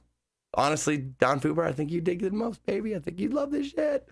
Insuril has 18. Thank you very, very much. And Occam Saber with 3 months in a row. Thank you, Occam Saber. Yes, we will get to the Slut Olympics as soon as, I don't know if I have any pictures of me in the outfit I wore, but we will definitely get to the Slut Olympics and I will tell you about it. This is just us sitting around. This is my camp, sitting around, just enjoying each other's company. Let's see. Oh, this is my buddy Link. This is our Captain Link. That's right, this wasn't at our camp. This was at a camp called Glam Cox. It was a gay bar. I don't know if that's the proper way to, like, is that how to describe, like, a camp for gay men that is also a bar? Like, I'm not sure how to describe it, but that's what it was. And he does a burlesque kind of a thing here. And he does like a little like performance at this camp during the day.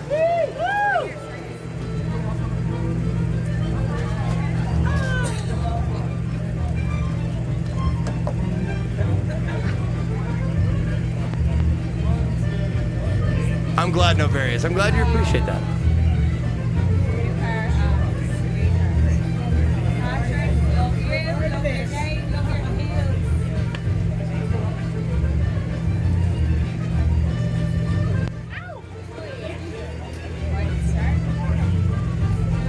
A gay bar camp?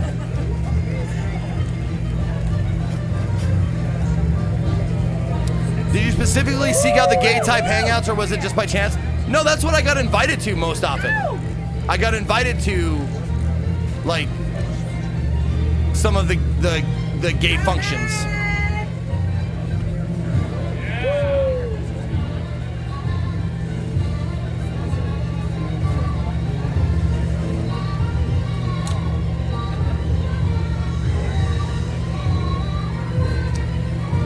Thankfully, he brought a backup balloon.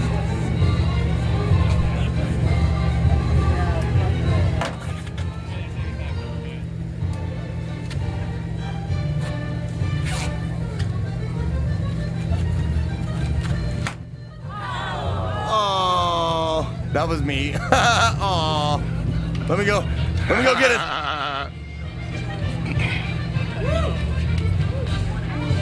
I would have gotten it quicker, but my tailbone was killing me by this time.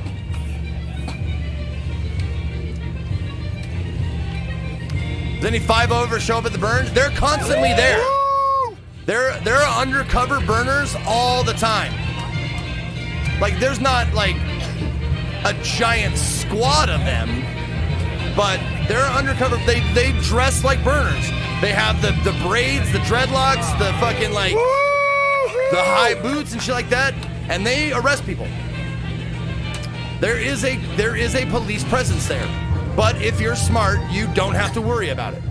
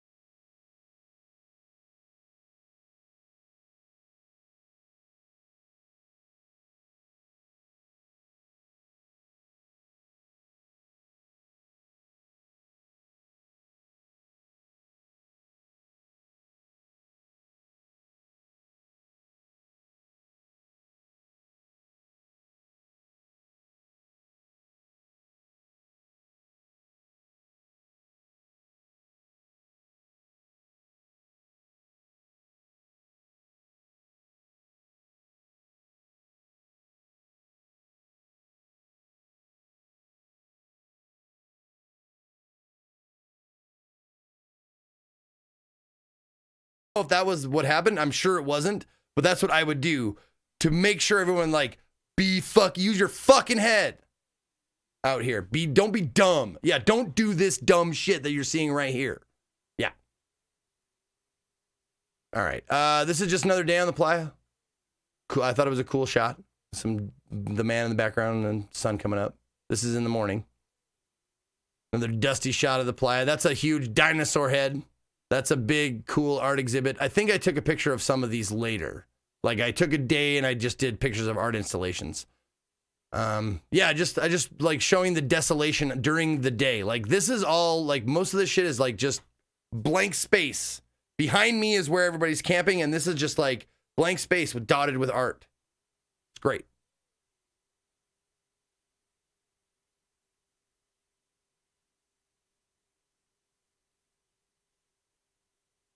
There's me and Jesse out on the playa again, wearing my of course, wearing my favorite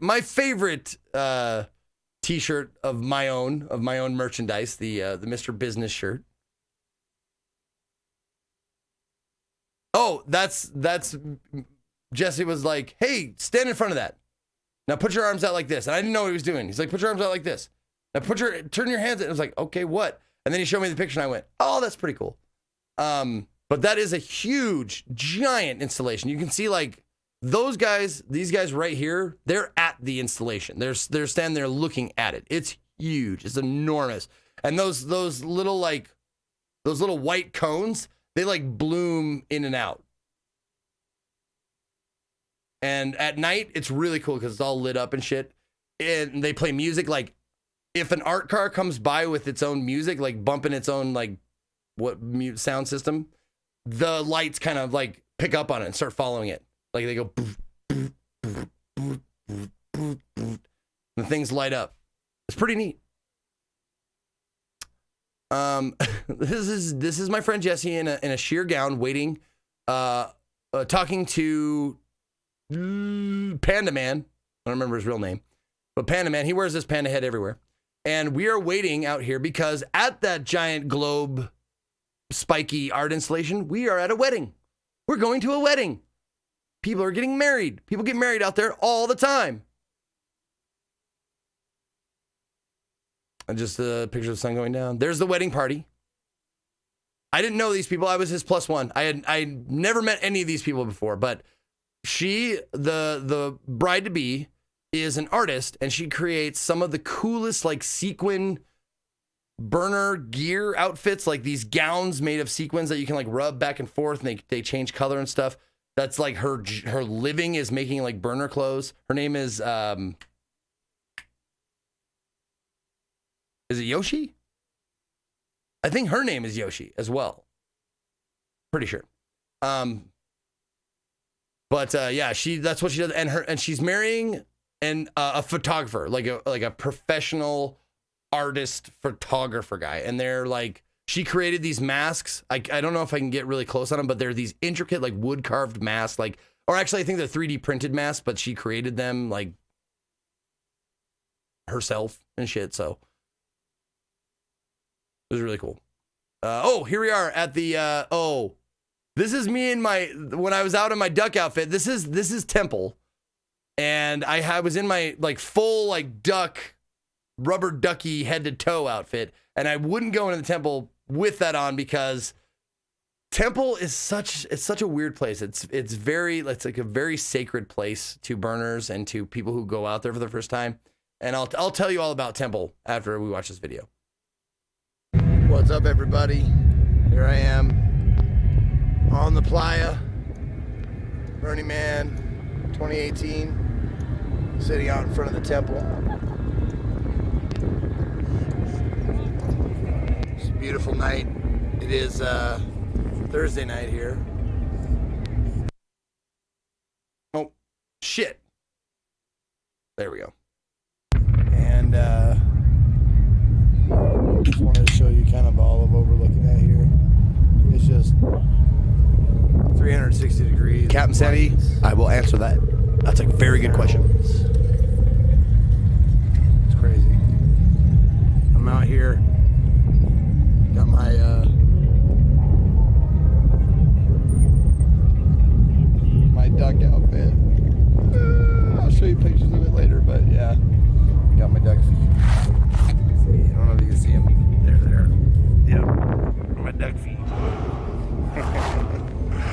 walking around being a duck today. All right. Check in with you later. God damn it. There we go. Bye.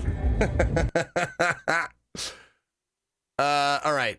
Oh, and I think these upcoming pictures are just like the last days of the burn, and I went out and just took pictures of art installations. I don't think I did any more videos. But Captain Sandy had a great question. Are there people out there in wheelchairs? Yes. I mean, not lots, but yes.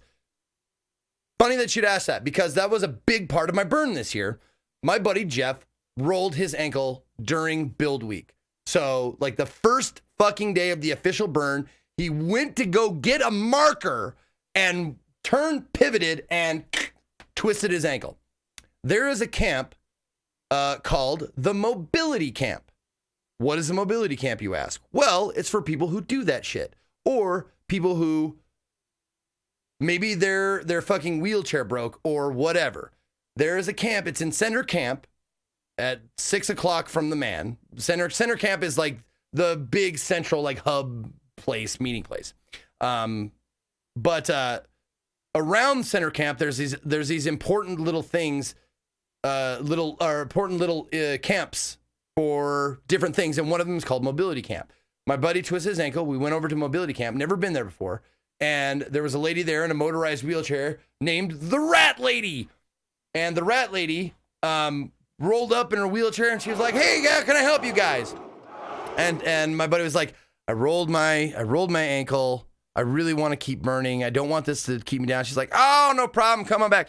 And she has like in the back, she has like walkers and crutches and wheelchairs and the recumbent. I don't know what they're called, but they're hand cranked. They have hand cranked wheelchairs and stuff like that. And she went back there and she was like, "Oh, we got tons of stuff." They had like 30 different like mobility items like back there.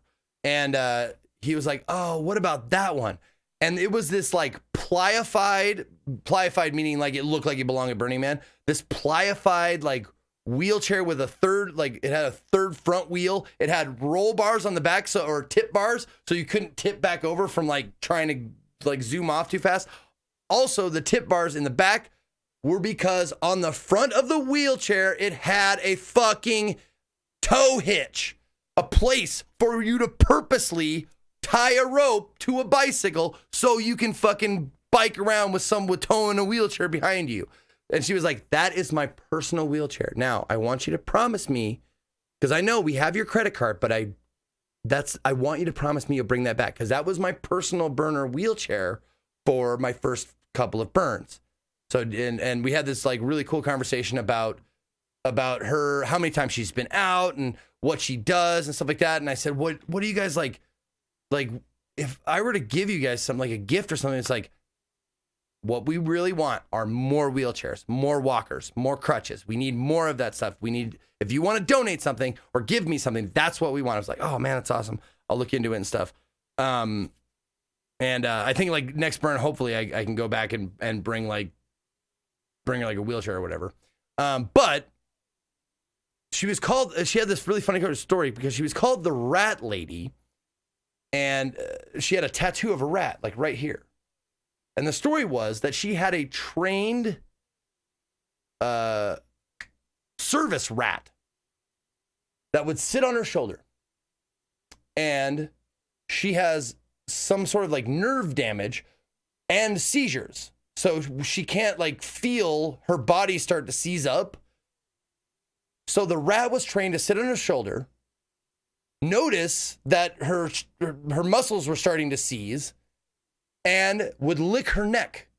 Like no shit, like would lick her neck to tell her like, "You're having a seizure, take your medicine." That kind of thing. Because she couldn't feel it because her nerve endings, she had nerve damage. So the rat passed away because, rats don't live forever. So she got the tattoo of the rat like on her like fucking shoulder right there where it would sit. And I was like, "Fuck, man, that is the most interesting, cool story I've ever heard." But yeah, so in answer to your question, yes, mobility camps are a thing. Also, you can bring small motorized things like scooters, bicycles, wheelchairs, anything that's basically like electric or tiny motors, like something you would find in a weed whacker. Like if you have a scooter that's powered by like a weed whacker motor, you can bring that out as well. Like tiny stuff like that. So no motorcycles or you know, three-wheelers or quads or cars or anything like that. But anything like a two-stroke, I think is what it is. Are those like two-stroke engines or whatever? You can bring those out. That kind of shit. You seriously would cherish stream from Mobility Camp and other camps to donate their time and energy at Burning Man. I mean, that's definitely like... There she goes. For sure. There she goes again. For the wheelchair fund. Whoa. For the wheelchair fund. Yeah. Okay, so let me just go through these art pictures. The slut. You know what? I'll just tell you about the Slut Olympics right now, since I don't think I have the pictures of my outfit for that. I don't. Okay, so I brought out to Burning Man. So there's a couple of days at Burning Man where there's and I will tell you about Temple as well. Let me just do that right now. Do I have a picture of Temple in here? I should.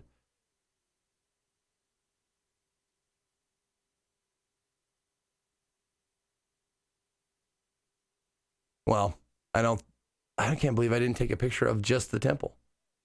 I mean, I have this. What's up, everybody? Here I am. Hold on the playa. Burning Man 2018. There we go. Okay. We'll just pause it right there. Okay. Since we're here, let me tell you about our outfits required. Absolutely not. Absolutely not.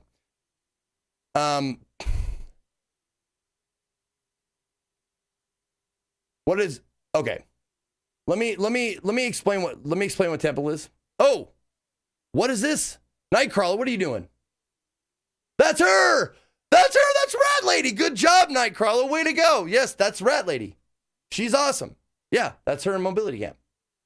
Nice catch there, Nightcrawler. You're the MVP today. You've been the MVP all day. Okay, so Temple. Temple is non-religious. It's non-denominational.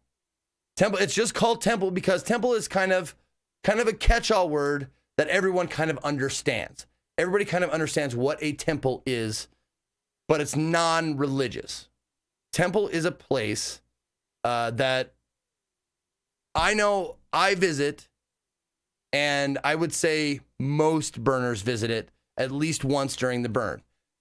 Temple is a place of letting go. When you go to Temple, like, I mean, you can go day or night. I mean, everything, like, Temple is open 24 hours, whatever. I usually go during the day because night's the time when I party and have fun. But during the day is the time when I go out and look at art and, you know, just kind of enjoy the sunshine and all that kind of shit. But if you go into Temple, you'll see pictures, writing on the wood, stories, journals, posters. And it's all about, for me at least, and this is what I was told, and this is how I take it, it's about saying goodbye and letting go. Oh, what happened? Did the stream go down?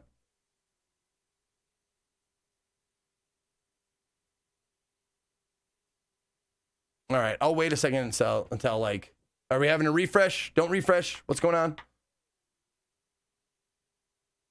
We're good? Okay. Okay, anyways, getting back to what it is. Temple is a place for letting go and saying goodbye. So every year burners like me, I see, go there and either take a picture, take a journal entry, or just take a Sharpie, or just take themselves, and they write something they need to say goodbye to, want to say goodbye to, or to let go of. And it's a very, very personal thing for me every year. It's something that is moving, and it's the closest I come to being like spiritual. Because you read all of these things on the wall, like people have written like, like to their pets, to their loved ones. Some people like say goodbye to heroin. Like I've seen like people just written like I'm done with heroin forever, or 12 years of me saying goodbye to alcohol, or stuff like that. But it's really, and it's quiet. No one's like talking super loud. It's really like there's a reverence around it, because a lot of times, like for a lot of people, like me included, it's the one place and time of year where I feel the weight of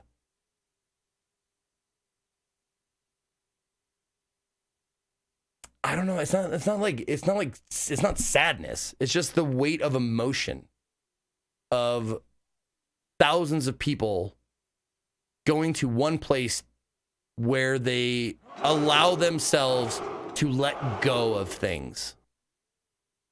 And it's every time I see something there, and I have never walked into Temple and walked out without breaking down at least once, because there's so much pain, but so much release that you see there. And it's where I every year I go there, I write something that I want to let go of, that I need to say goodbye to in my life, whether it be a person, whether it be a feeling, something I want to be rid of. And it's emotional phantoms. I guess, I mean, that's as good a way to put it as anything, is Saroon. Like there's emotional phantoms there. It's a powerful feeling when you walk into there. It's kind of like walking into a cathedral, like walking into, like, I don't know, a place of beauty. And you get this weird, like, only humans get this feeling of walking into that kind of place. So yeah, like a temple. But it's, if you go to Burning Man, watch the man burn and watch the temple burn. Because when the temple burns, you watch like 50,000 people sitting like in eerily dead quiet. Like 50,000 people and not a fucking peep. It is crazy. And it's moving. But yeah, that's Temple. Like Temple's like, it's the spiritual center of Burning Man. It's, yeah, party, please. Eat, drink, be merry. And this is the place where you go to doff all of the outer physical pleasures and to really get, like, look within yourself and get retrospective or introspective or whatever the word is, and that kind of stuff. So it's great. It's a wonderful place, and it's odd. Like there's an odd amount of reverence there for people who are out in the desert to party and drink and drug and sex and all that shit. There's a place in the middle of everything that's just quiet. It's populated. There's tons of people there. But we all have this weird reverence for that. It's great. Pyrotechnical catharsis. Absolutely, silly. Absolutely. And hey, shut up. Move on. We're moving on. God damn it. I said we're moving on. Oh, here we go. Okay. Oh. Slut Olympics. Right. Moving from the temple to the Slut Olympics. There is a camp that's also on the Esplanade that's been there many, many years called Slut Garden. And that's the name of their camp, is Slut Garden. And they're mostly a music camp and stuff like that. But they hold one thing every year called the Slut Olympics. And they have a few events. They have the deep throat competition. They have the erection competition. I think it's the competition is no hands, see who gets hard first, like that. They also have the testicle competition where guys just show off their balls and the announcer like checks their like their bounce. She like hits it with the mic, hits their balls with the microphone to check their like their fucking rigidity or whatever. She go boop, boop, boop, boop, boop. She checks, she grabs on them and checks their elasticity and the size, the way they hang, their symmetry and shit like that. I mean, they're all arbitrary like judgment things. And it's just this goofy fun thing for people who are like, yeah, check out my balls. Let's see how they stack up compared to these other balls. And it's all voluntary stuff. It's all everybody. It's like, if you want to be in the Slut Olympics, you volunteer. And I did volunteer for a part of the Slut Olympics called, I don't know what it's called, but I called it the face mount. And how the face mount works was they asked for people to be the jumpers and the poles. And how this works is the pole stands there and the face mounter jumps and puts their legs over the shoulders of the pole and their package or vagina like right there and just mashes it right there. And the pole is not allowed to use your hands. So I volunteered for that because I thought it was fucking hilarious. So I went out there and I was with the 2017 champion, a gentleman with quite a large bulge. And he wasn't a thin man, but I will say he was about my, like, he was like probably about 5 inches shorter than me, but my build, like husky, not super fat. But dude had leaps. So what I did was I stood there with my arms at my side, like arms akimbo like this. I crouched down. He was like, all right, now this, and he had a technique. He was like, this is how you do it. Because I was the champion 2017. Now you put one leg in front and one leg behind to steady yourself. That's your ballast right there. That's your steady. And I'm going to jump and then we're going to stretch up. And how you win is you get all the way up, like standing straight up and down and his arms out or up or something like that. So he jumps, like we did a practice run and I was like, all right, dude, here we go. I don't know if I can do this. And he jumps and he's like, and he goes, and just package right here, jump right there, stood up and was like, we got this. We fucking got this shit. So we got into the first round. Past the first round, there's like 6 of us. Past the first round, we were in the top 3. I was like, all right, next one. Okay, here we go.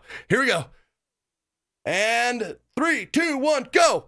Jumps, legs, come up, package, mashed into my face, stand straight up in the air. His arms go out. Photo fucking finish. But we were edged out by just a little bit to a team of a guy and a girl. Now, I don't think that's very fair. Not because it's sexist or anything, but because she weighed about half of what my partner weighed. And the dude being the pole was about my size. So I don't think that was fair. But we had a good showing at the Slut Olympics. I got a bronze medal. I didn't get the medal, but we got 3rd place or 2nd place at the Slut Olympics, Burning Man 2018. So yeah, but it was a lot of fun, and that's the thing. Like, this is Burning Man is the place where you let your inhibitions, your preconceived notions, like all of your fears, leave your fucking fears at the door. Like, are you afraid of looking gay or like a nerd or like a freak or like a loser, like an outcast? Are you afraid of anything like that? Don't bring that shit. It will close you off and you'll have a bad fucking time. Fear, I leave it at the fucking gate and I go and I fucking play. I play and I have fun.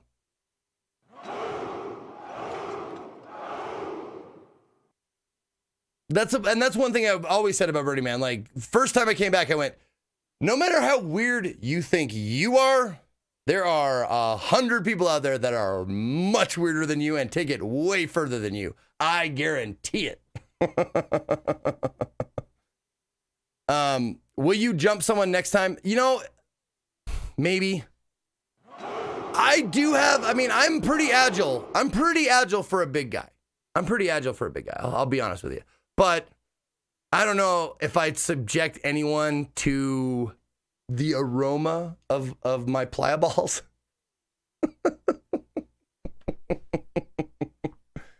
That would be the deal breaker, I think. I think that would be mean.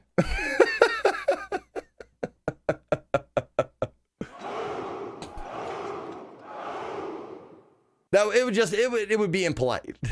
I think maybe I'd just go there with, by the way, one thing I didn't tell you, during the Sled Olympics, on Tuesday on the playa, it's called Tutu Tuesday. And if you have a tutu, that's when you wear it, is on Tuesday during the burn. And then Wednesday is White Wednesday. So you wear all your whitest clothes and stuff like that.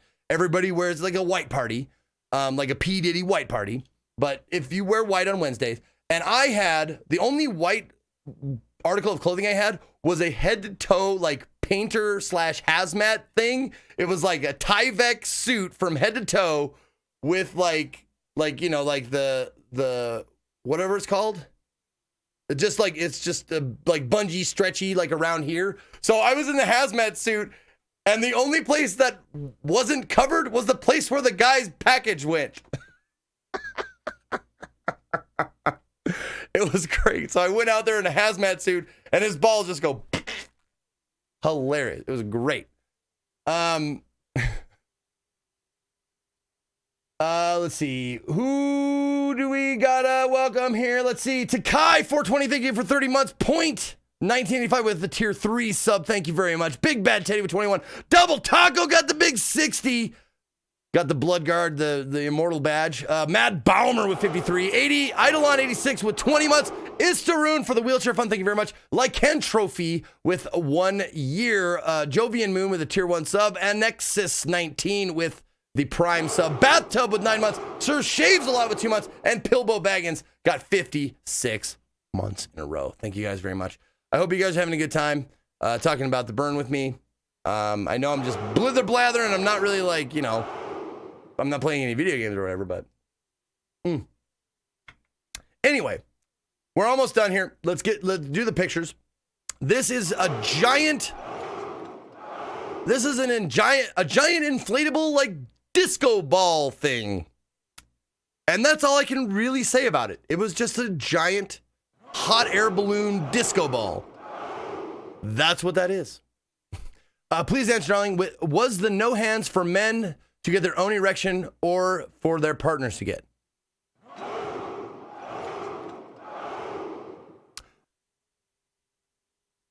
Okay, this is how the erection competition worked in the Sled Olympics. Volunteers to like participate in this went out. They could grab a partner, but they could not touch themselves nor touch no body parts could touch body parts. So that was how it had to work. So the person that was trying to get the erection would have to stand, no touching of themselves, and no touching. They could look, they could smell, but no touching. So you had to get an erection with no contact. That was like the rules of it.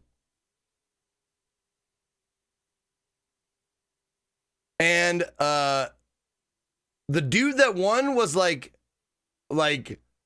an older, like surfer dude. Like this guy, like a yoga instructor, surfer, California guy. His skin was like tan, leathery, because he was like 50 something. But dude fucked all of his life. Like he's probably fucked more bitches than Wilt Chamberlain. And he could just get a boner just like that. Just like took him like a minute and a half. Just boned up and then was done. Everybody else was like just starting to get their wieners hard, and he was just like, I got this. Boned up, done, winner.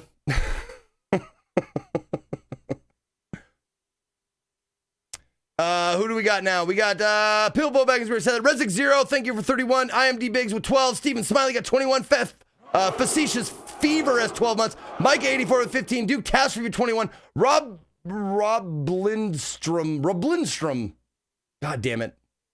Rob Lindstrom with a year. Inertia TV with 11. Renews with 2 months. Schmagaggy, what up, Schmagaggy? How you doing, man? How long did it take to finish washing the dust out of your fucking ass crack, you fucking burner ass burn motherfucker? A long time. That shit goes forever. Like, do you guys see this right here? You guys see this? That is a wound from the burn. Like, there's no feeling right in here because this is all like scab material. Like, that shit's just normal shit that you have out there. Like, there's calluses and scabs like all over my body, my knee. Like, I fucking cut my knee wide open on a piece of rebar, and it's just, you know, you kind of just fucking deal with it. But dust gets everywhere. All right. So that was just a giant globe out in the middle of this was a fucking awesome art car. Do you see this? This is a goddamn dragon on the back of a fucking bus or something, like a half a bus or something like that. That thing is fucking awesome. Is it not? That is metal as fuck. It was great. This was a cool, like, Janus. Like the Greek god, Roman god? I don't remember what Janus is, but she's the two-faced god, right? But the theme for this year's Burning Man was iRobot. So there's a lot of robotic influences in the art installations because that was the theme for the year, was robots. This is just like driftwood of this dude like doing a backward stand thing.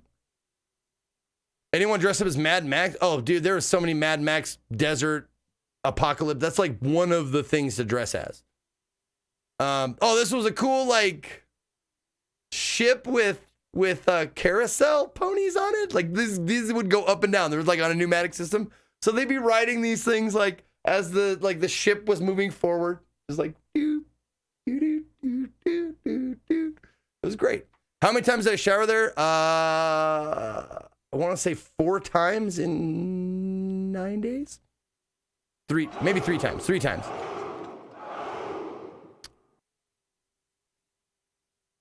Oh, this might be my favorite art installation this year. Can anybody tell me who owns this house mythologically? Can anybody tell? Yep, Baba Yaga. There you go. Dodge Master's got a DJ Master. Baba Yaga's house. Metal chicken legs with a house on top of it. I have more pictures of the inside. It was fucking cool as shit. So that's just the outside. Then you walk in and there's like these little, like there's bottles and like you would imagine like Baba Yaga's house would look like. This is a pie that looks like it's made from human skin and you touch it and it feels like skin. It's creepy as fuck. It is creepy as fuck. And then yeah, there's like little like garlic and like the windows are like stained glass with like these weird designs and swirls and charms and shit. Paper flowers hung up everywhere. This is me. There's a cage on the outside of it. Oh, that was Baba Yaga's hut. That Baba Yaga's hut was fucking awesome. It was so cool. This was a close-up of the giant marionette. Like you can see that's the crane there. I had a video of it earlier if you missed it. But this is the one of the 2 marionettes with a giant like table with a lamp, and you can see like the people sitting under it for like scale. Like that's how big it was. Really cool. This was a steampunk like gorilla thing, 1-man band thing. Like the Steam Monk, that's what it was. The Steam Monk. But this is all just pictures of like I took a day and just took pictures of art stuff. This is that fuselage that I took a picture of earlier of like the airplane that's like sort of looking like it's kind of crashing. I wanted to go up there, but they closed it off because I guess someone wasn't like supervising it or whatever. But you can climb up there and go into this little globe thing. This was really cool. A giant hamster wheel for making snow cones. You would like, he had this like Rube Goldberg device where you'd like crank this and turn this and put the ice here. And then you'd get in the hamster wheel and you'd crush the ice. And this guy was like a teacher in his real life. And he was like, I wanted kids to learn about whatever and have fun doing it. So I built this giant hamster wheel that crushes ice and makes snow cones. And you can have a margarita as well if you wanted. So you had your choice. You could have blueberry, raspberry, whatever, or you can have a margarita. And it was great. And I ran in a hamster wheel.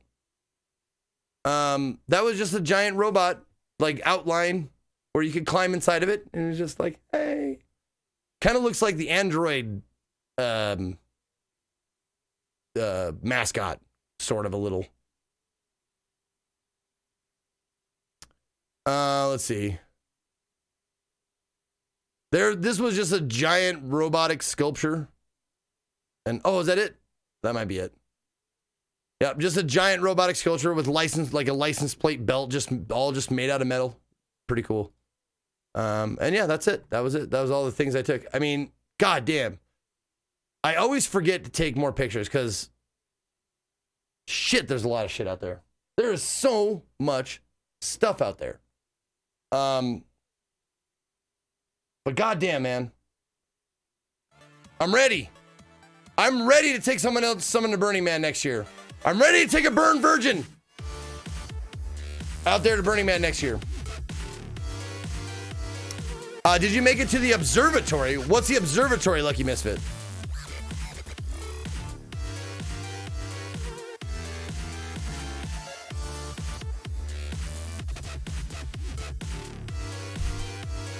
If I wanted to go next year, how much did it cost?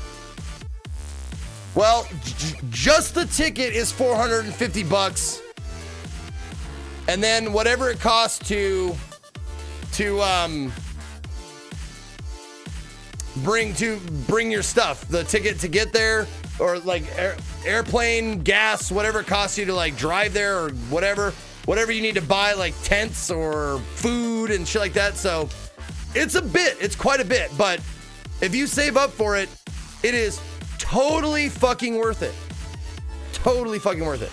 I would say a first time burner, probably a solid grand. Probably like $1,000. But if you save up for it, it's very much worth it.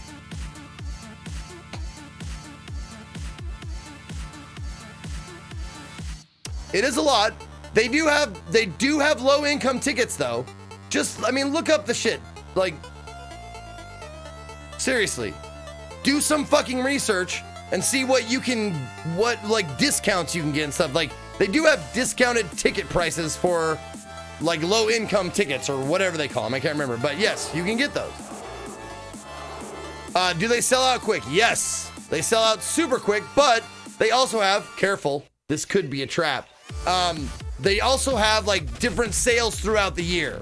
So they'll have one, I think in January or February is the first one. Then they'll have like low income. Then they'll have the OMG sale, which is like the last time you can buy tickets. So they do have some throughout the year.